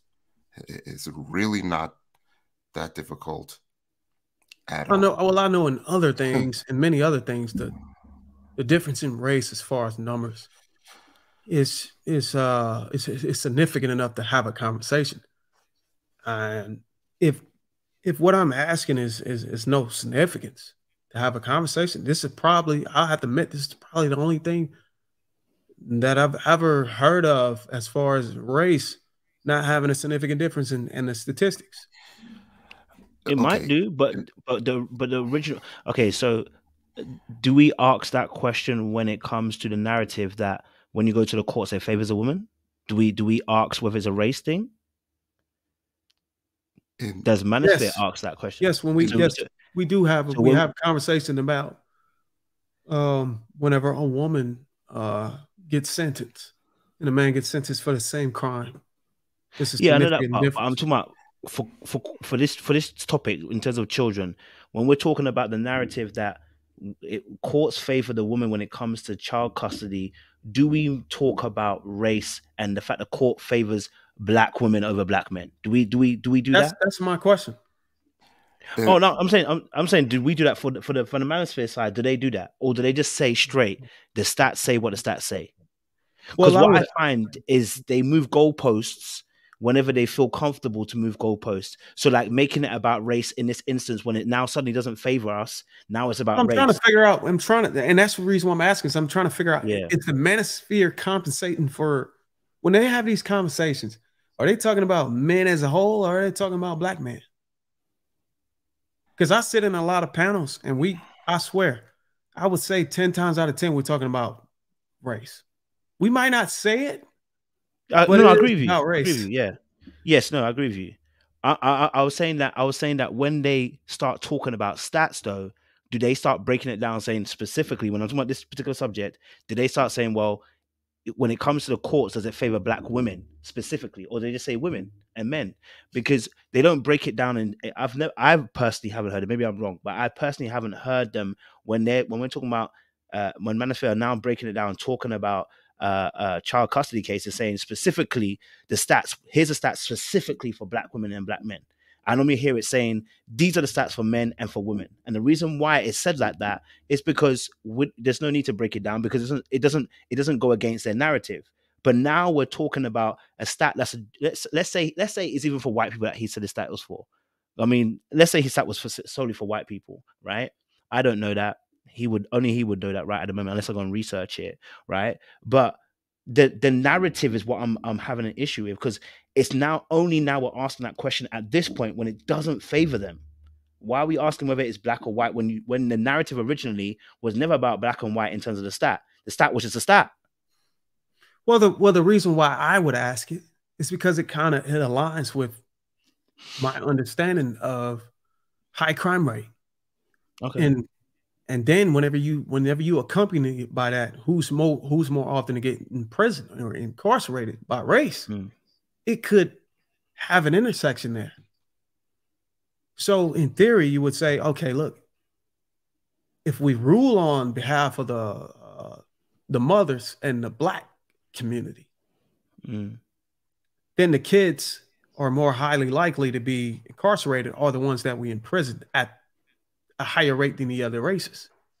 It would give you an answer on why 1 in every 4 black men are incarcerated versus 1 in every 10 white men, or whatever the numbers are. It would give you an answer. Okay, so this is why these guys are often in jail, because their father's not in the house. I would agree, but then you'd have to turn up. You still need to turn up. That's a stat. I feel you. Like when the verdict is opinion based, like on how many years you're going to get or the amount of money that you're going to get charged. But I honestly feel like in these types of situations, when it comes to the child, the law is the law for your state, right? You're going to get a percentage of your pay taken out for custody once the paperwork starts. Black, yellow, white, it don't matter. Do you know what I mean? They got your social. You're supposed to be providing child support. They're going to take a percentage of your pay. And when that paperwork is going to start, and that is going to keep going until the child is 18, whether you get a job or not, they're going to continue to take money out, either come out of your taxes or come out of your salary. It's going to come out. You can let it build up. Eventually, that mom is going to get a check. That mom is going to get deposits to her bank account. Black, yellow, it don't matter when it comes to that. So I'm not trying to say that we are looking for reasons to not go. We are trying to make excuses, but I feel like if you want to be there, you're, and I applaud you for asking these questions and trying to get the answers. But if you want to be there, there's nothing that's going to prevent you from getting those answers. You know, nothing. Yeah. And that's I think that's my point here, which is like, you know, even if it costs financially, it's going to cost you. I'm saying to you that, hey, it's unfortunate, but it's going to cost you. Then whatever that means, whether that means you work for the next 6 months, whether that means you work for the next 12 months, whether that means you take 3 jobs, you know, whatever it is, you're going to do whatever you got to do if your kids mean that to you. Do you know what I mean? The reality is, does your kids mean that much to you that you're willing to now have to put that sacrifice in? Because that's what manhood's about, right? It's about sacrifice, part of it, the protection and sacrifice. So are you willing? And that's what I'm saying about us as men having a different conversation. So we know that, let's say I agree and say, listen, the courts are against you. The courts maybe even biased. Okay, let's say they apply the law in a biased way. Fine. But still, bro, I need you to go. Still, bro, we know that's why I brought up the black and white issue. I said that because we know that there's some aspect of bias when it comes to law, when it's applied, when it comes to black and white. We understand that. But you still got to go, because you still got to have your own fight. You still got to go. So if it's your child, the excuse of, well, I didn't have enough money doesn't sit. The child's like, if you said that you went to court and you lost and that's what happened, then at least you've tried. Do you know what I'm saying? Like, you tried and you went to court, you couldn't do anything until that child becomes of age. That's a completely different situation. That child will now know. But to not do anything is criminal. To be like, oh, it costs $5,000, so I didn't want to do it. Well, bro, you could have worked for the next 12 months. You save up money to go on holiday. Y'all talking about passport bros and stuff. You save up money to go on holiday and spend. I spent almost $4,000 on holiday. Just come up from Ghana. I spent almost $4,000, bro. So if now someone tells me it cost me $5,000 to even if I haven't got the money now, it means I got to start working. If that means I got to take a second job, third YouTube, whatever, I got to do it. I'm gonna have to do what I have to do to make sure that I'm going to see my kid. The issue is, according to the stat, they're not even turning up. So before we even gets to court, you're not even turning up. That's an issue.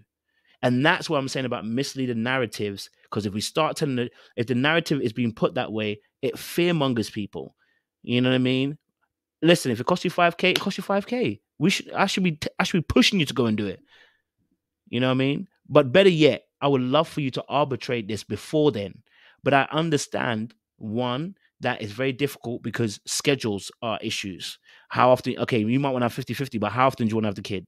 That can be an issue, right? The money aspect can be an issue and cause arguments between the two. You're saying 100, she's saying 200. You know what I mean? That can be an issue, right? So it might now need to go to court because we don't agree, right? At that point, we may not agree. So you may have to go to court and you're going to have to follow that through. Now, you may not, maybe you're not in a financial position to do it just right away. Well, then you choose your battles. Do you know what I mean? As like you said, Bruiser said last week, bro, we need sensible men around us. Otherwise, we don't make sensible decisions. We need sensible men around us that are going to advise us, hey, bro, listen, your kid, that amount of time, you can't afford to lose it. If that means you have to work for the next 12 months so that you can see your kid for the next 18 years, fantastic. Go and do that, bro. Because that 12 months ain't nothing compared to 18 years lost of that child's life. Because you can apologize, but you can't make up for that 18 years. You can't make up for 6 years or 7 years. You can't get it back. Literally, I was sitting down yesterday thinking about my entire life, thinking, bro, I'm 31, you know. I remember when I was 15. Bro, 16 years gone. Listen, if my dad wasn't, and he is there, but I'm saying if my dad wasn't present, he couldn't make up for 16 years. Even if we were good after 16 years, he cannot make up for that time. And time is the only commodity here that we have in this lifetime that you cannot buy. So I think for us as men, our argument now should be that, bro, I hear you. I see all the things that are affecting you that may stop you from getting to that final goal. But here's what, you got to still go. Irrespective, you still got to go. Because if you miss out on those years with those kids, you know what I mean? No, we're not even talking about the shame a lot of these men feel. Those men that weren't even in their kids' life, the shame that they feel after a few years, a decade is gone, that they can't even be in their child's life properly because they have shame and they have guilt. Do you know what I'm saying? So even if the child is open to it, you feel shame, you feel guilt because you know you didn't do all you're supposed to do. You can't even look at that child in the eye. We haven't even spoken about that aspect. You know what I mean? So losing time with your kid, we have to let these men know how important that time is. Bruiser, you're a father, you're a husband, you know that time, you know what I mean? Like that time, those lessons, those words, you know, they're so potent. We're sons ourselves, you know what I mean? Like you need to I'm telling people like, listen, my dad was at work most of the time, doing hard work. But I'm telling you this now, I remember most things that he has said to me, even if he was in the house for a few hours because he had to come back from work or whatever. I remember most of the things he would say to me. So you have to understand that even those few minutes or few moments or those hours that you get with your parent, it adds up. So not being there at all is criminal. It's criminal. It's criminal. If you can do something about it, it's criminal. That's how I want men to look at it. It's criminal. Go for it, Bruce. So my father can, and I'm gonna confirm all this stuff. Part of me is saying that, damn, father actually said, I don't know. I had to check back though. I had to just take a dive and think about it. That, hey man, I wasn't there. You know, the courts was against me. That's pretty fucked up. Excuse my language. It's pretty messed up, though. I get it. I'm saying, like, and it's starting to dawn in on me that a lot of these guys aren't willing to put in the hard work it's going to take to fight for your children. So yeah, it's a fight. The sad thing, yeah, I still got to get to the bottom of why a fight exists. But the fact that you can actually fight and get what you desire as being a father in your child's life, the fact that that chance is still there, you should do whatever whatever it takes to get it done. You're gonna get it. You're gonna do whatever it takes to get all these other things done that don't even matter. But the child matters most in your life. Show it. Show me that. Hey, and when I get on these panels again, like I'm like, look, show me that you really want this child. Yeah, you really want to be in your child's life. You got to show. You really don't got to show me. You got to show the mother of the child, and then you got to show the courts that you're willing to fight. So, yeah, I agree that needs to be the narrative, especially if it's supported by data, and these guys are actually running out here saying otherwise. Yeah, but I still think that father, regardless of the decision making by the courts and whatever, I still believe the father is important in the household. Absolutely, just as much as the mother. I agree. So, I agree that. Go for it, T. Yeah, man. I was trying to figure out which parts I wanted to touch on. I've had some situations where I had like younger generations like come to me saying that, the daughter's mom is tripping. I'm doing everything I can here in the house to do right. I'm doing everything there to be there for my child. And then I would be like, are you really? Are people really that much against you to not want you in the same space as your child? Right? Because that's really difficult to actually have someone say, I don't want this child to be with the dad. Not saying that doesn't happen. There are a lot of petty parents out there, but I think even the pettiest of parents, provided the father is showing consistency that he wants to be in that child's life, it's going to be very hard for her to say no to that, right? Like I've seen, and my father gave me excuses, and I could have been like, you know what? Like, you could have snuck to see me at school during lunch. Do you know my social? Like, do you know my teacher's name? Do you know what my favorite cereal is?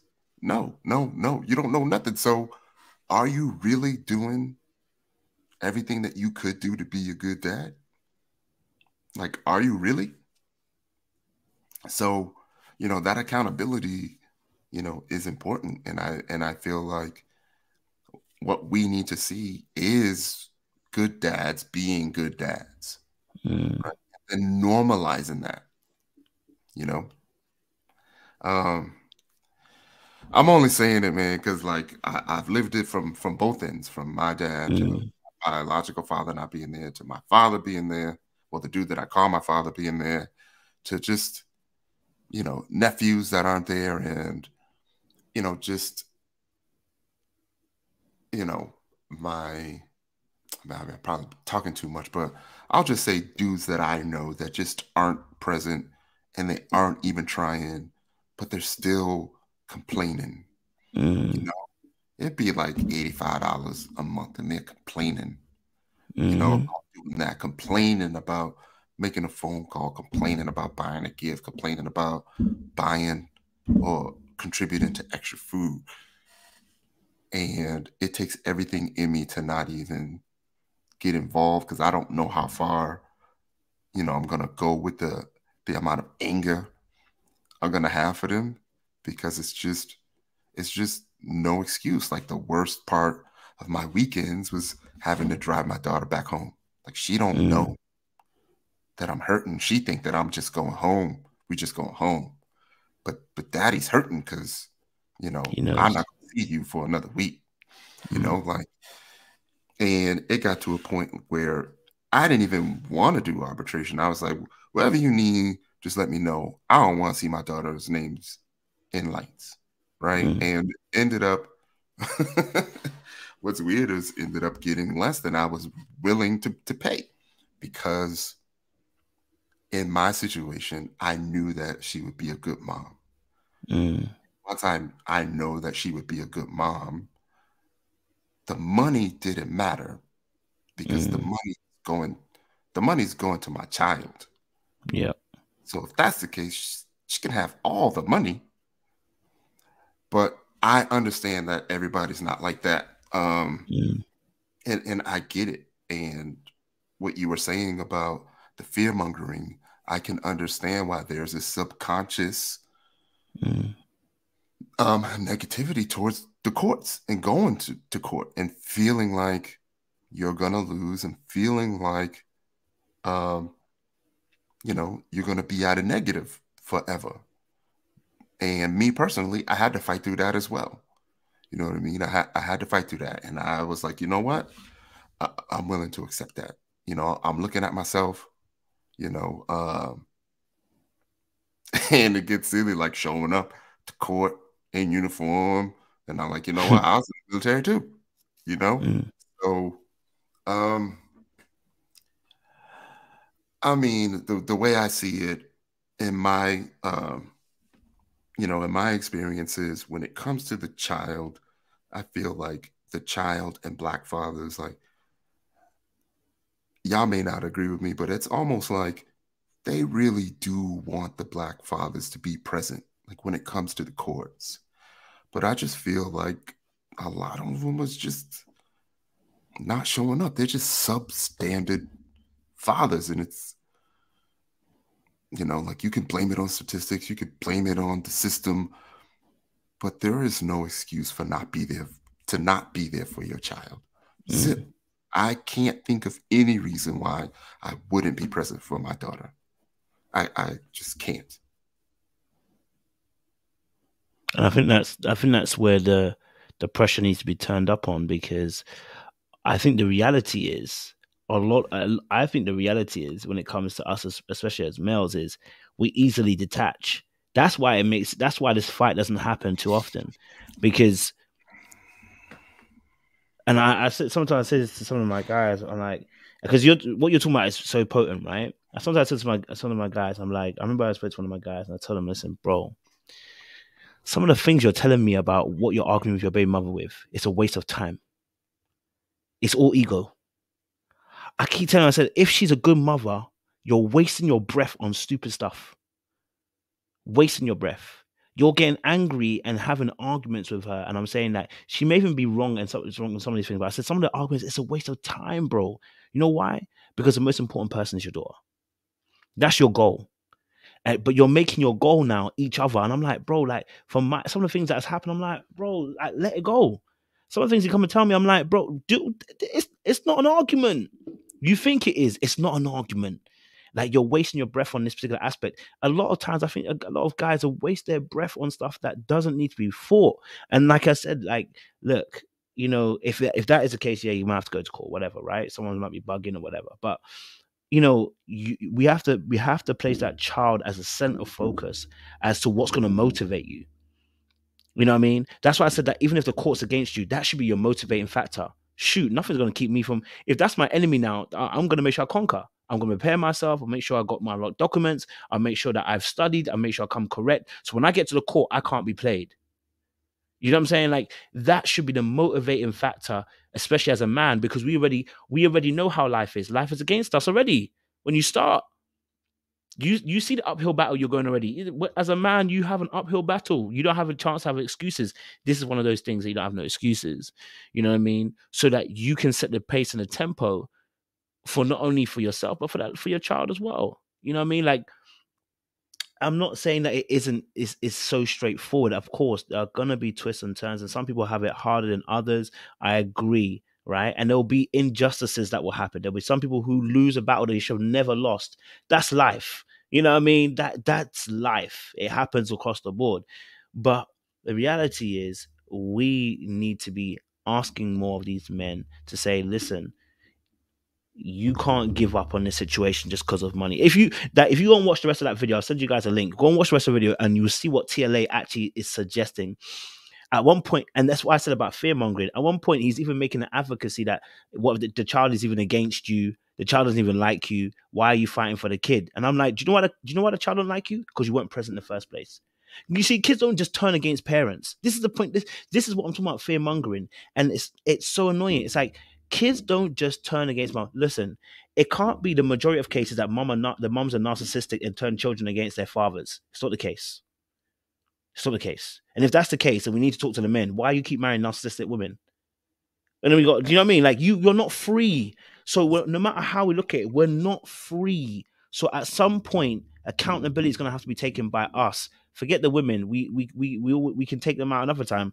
But right now, accountability has to be taken for us in terms of what do we do next. Do you know what I mean? So if you're saying that when you get that I was when I watched the video, I was shocked. I watched TLA. I listened to TLA. Listen, sometimes I listen to TLA and I'm like, he makes some educated points and I really rock with it. But this one, I said, damn.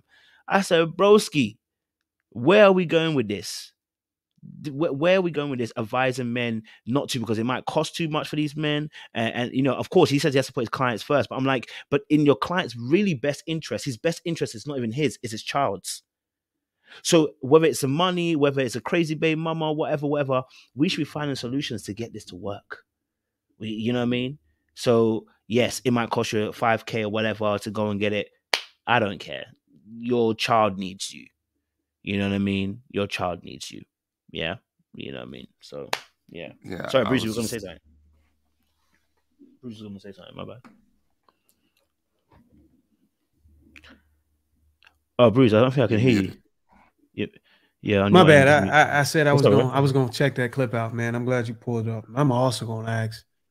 I don't know if it's attorney and clients work to a point to where I don't know if there's some oath or some ethos or creed attorney takes into regardless of the child or regardless of circumstances, your interest is the best. To give the advice that's best for the client, regardless of child. I don't know if that's what he was on or not, but it puzzles me if he really had the mindset to say, look, fuck the children, man.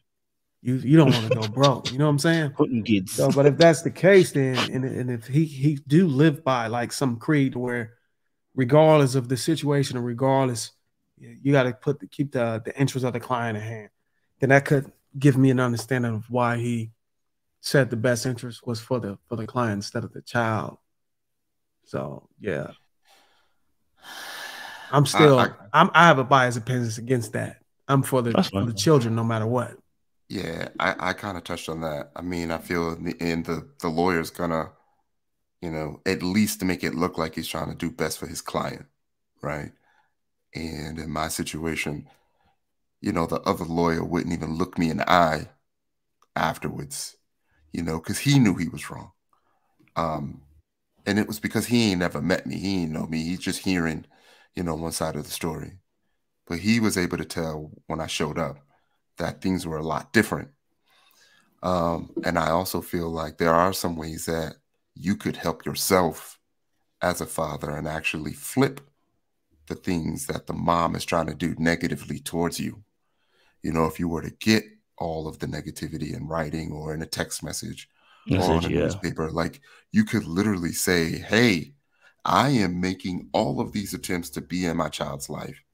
And she is preventing them every step of the way. Look at this, look at this, look at this. Can't go to graduation, you know, can't have a separate birthday party, can't do this. She telling me that you know, my child is sick on the holidays. Like, this is repeated efforts for me not to be in my child's life, you know? And then you could actually use that in your favor.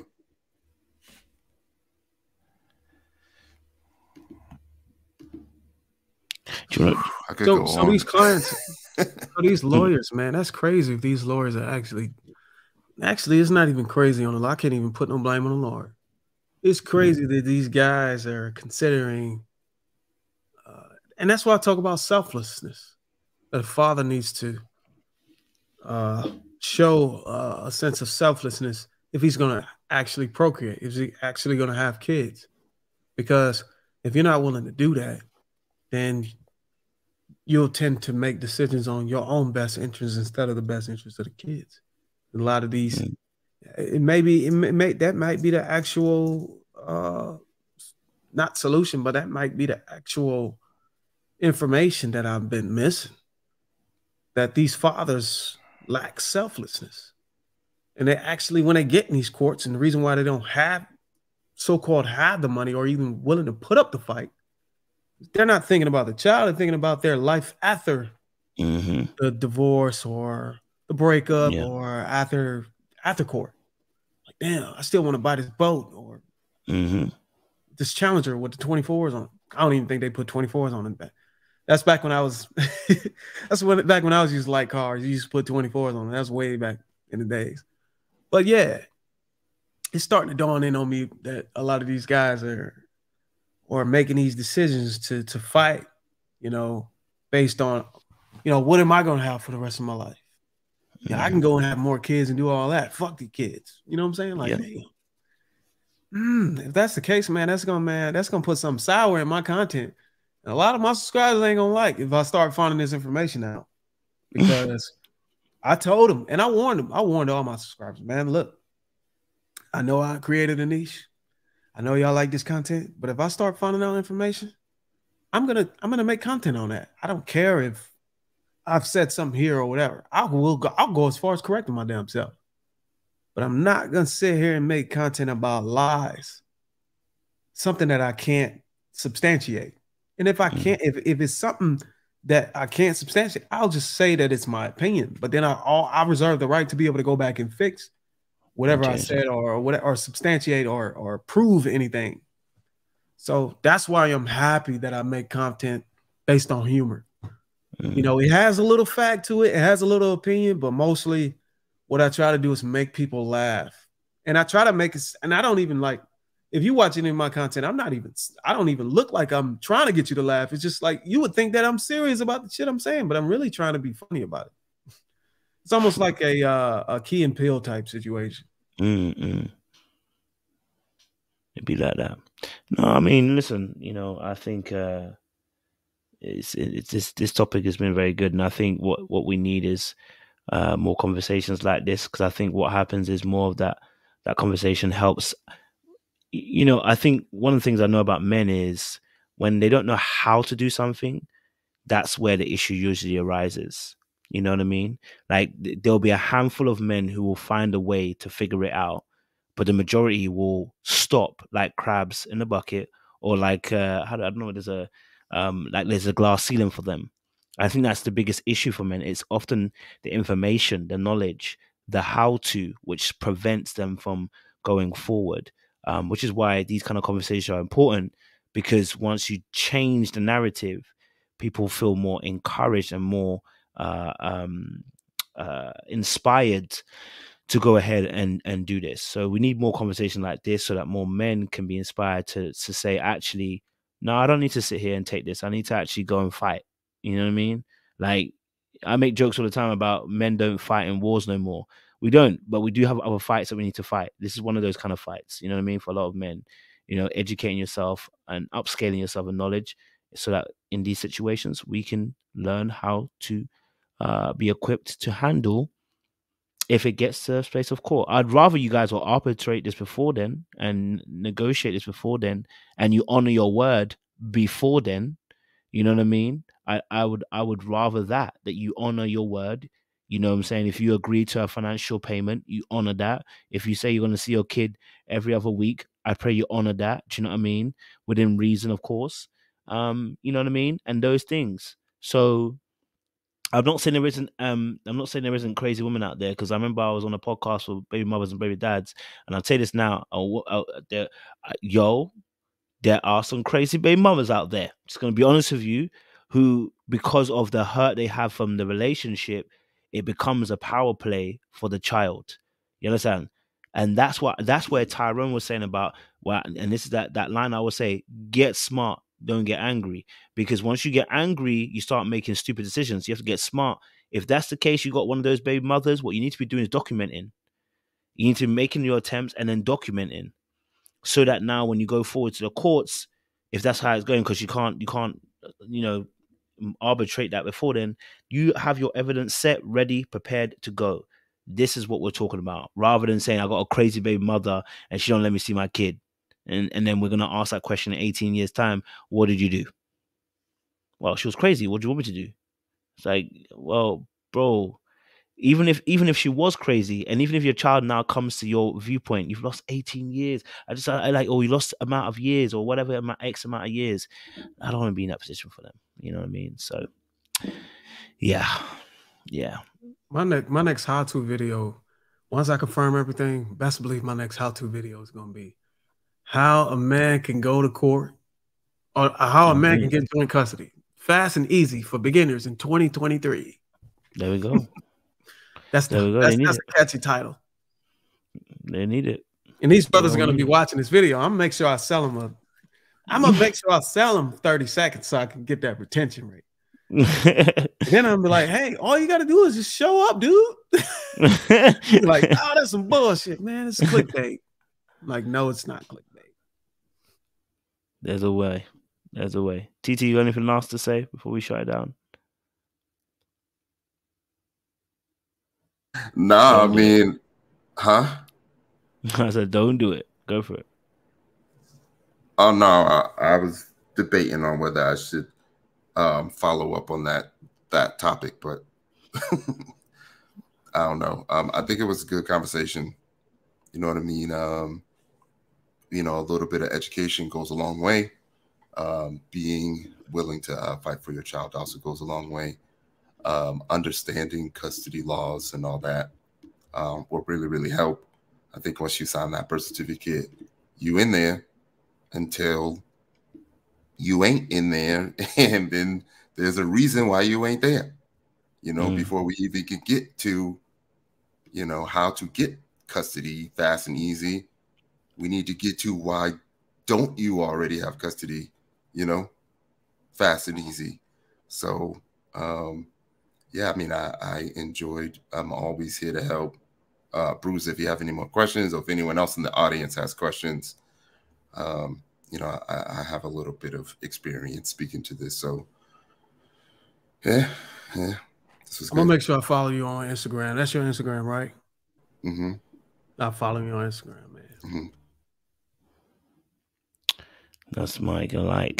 Well, listen, audience members, thank you so much. I didn't know the conversation was going to go there, but you know what? It was a good conversation, a much needed one as well. And this is what happens when you have intelligent brothers as well. You can really bounce off different ideas and learn. You know what I mean? So honestly, I appreciate the audience for joining us and contributing. Thank you for my panelists, Bruiser, Tyrone, and Sean. We'll be back here again next week with another, show as well. The next live will be on Tuesday, guys. That's the open panel. Since we spoke about are good men enough, we'll open that pan up to the ladies as well and the men. So Tyron, if you're free on Tuesday, come through. Bruce, if you're free on Tuesday, come through. We'll open up the conversation between the men and the women this time, so they can discuss about what is a good man and whether being a good man's enough for the ladies. Okay, so Tuesday night should be a really banger. But for the rest of you guys, listen, love and appreciation. We'll see you again very, very soon. And don't do anything I wouldn't do. Much love, much appreciation. Au revoir.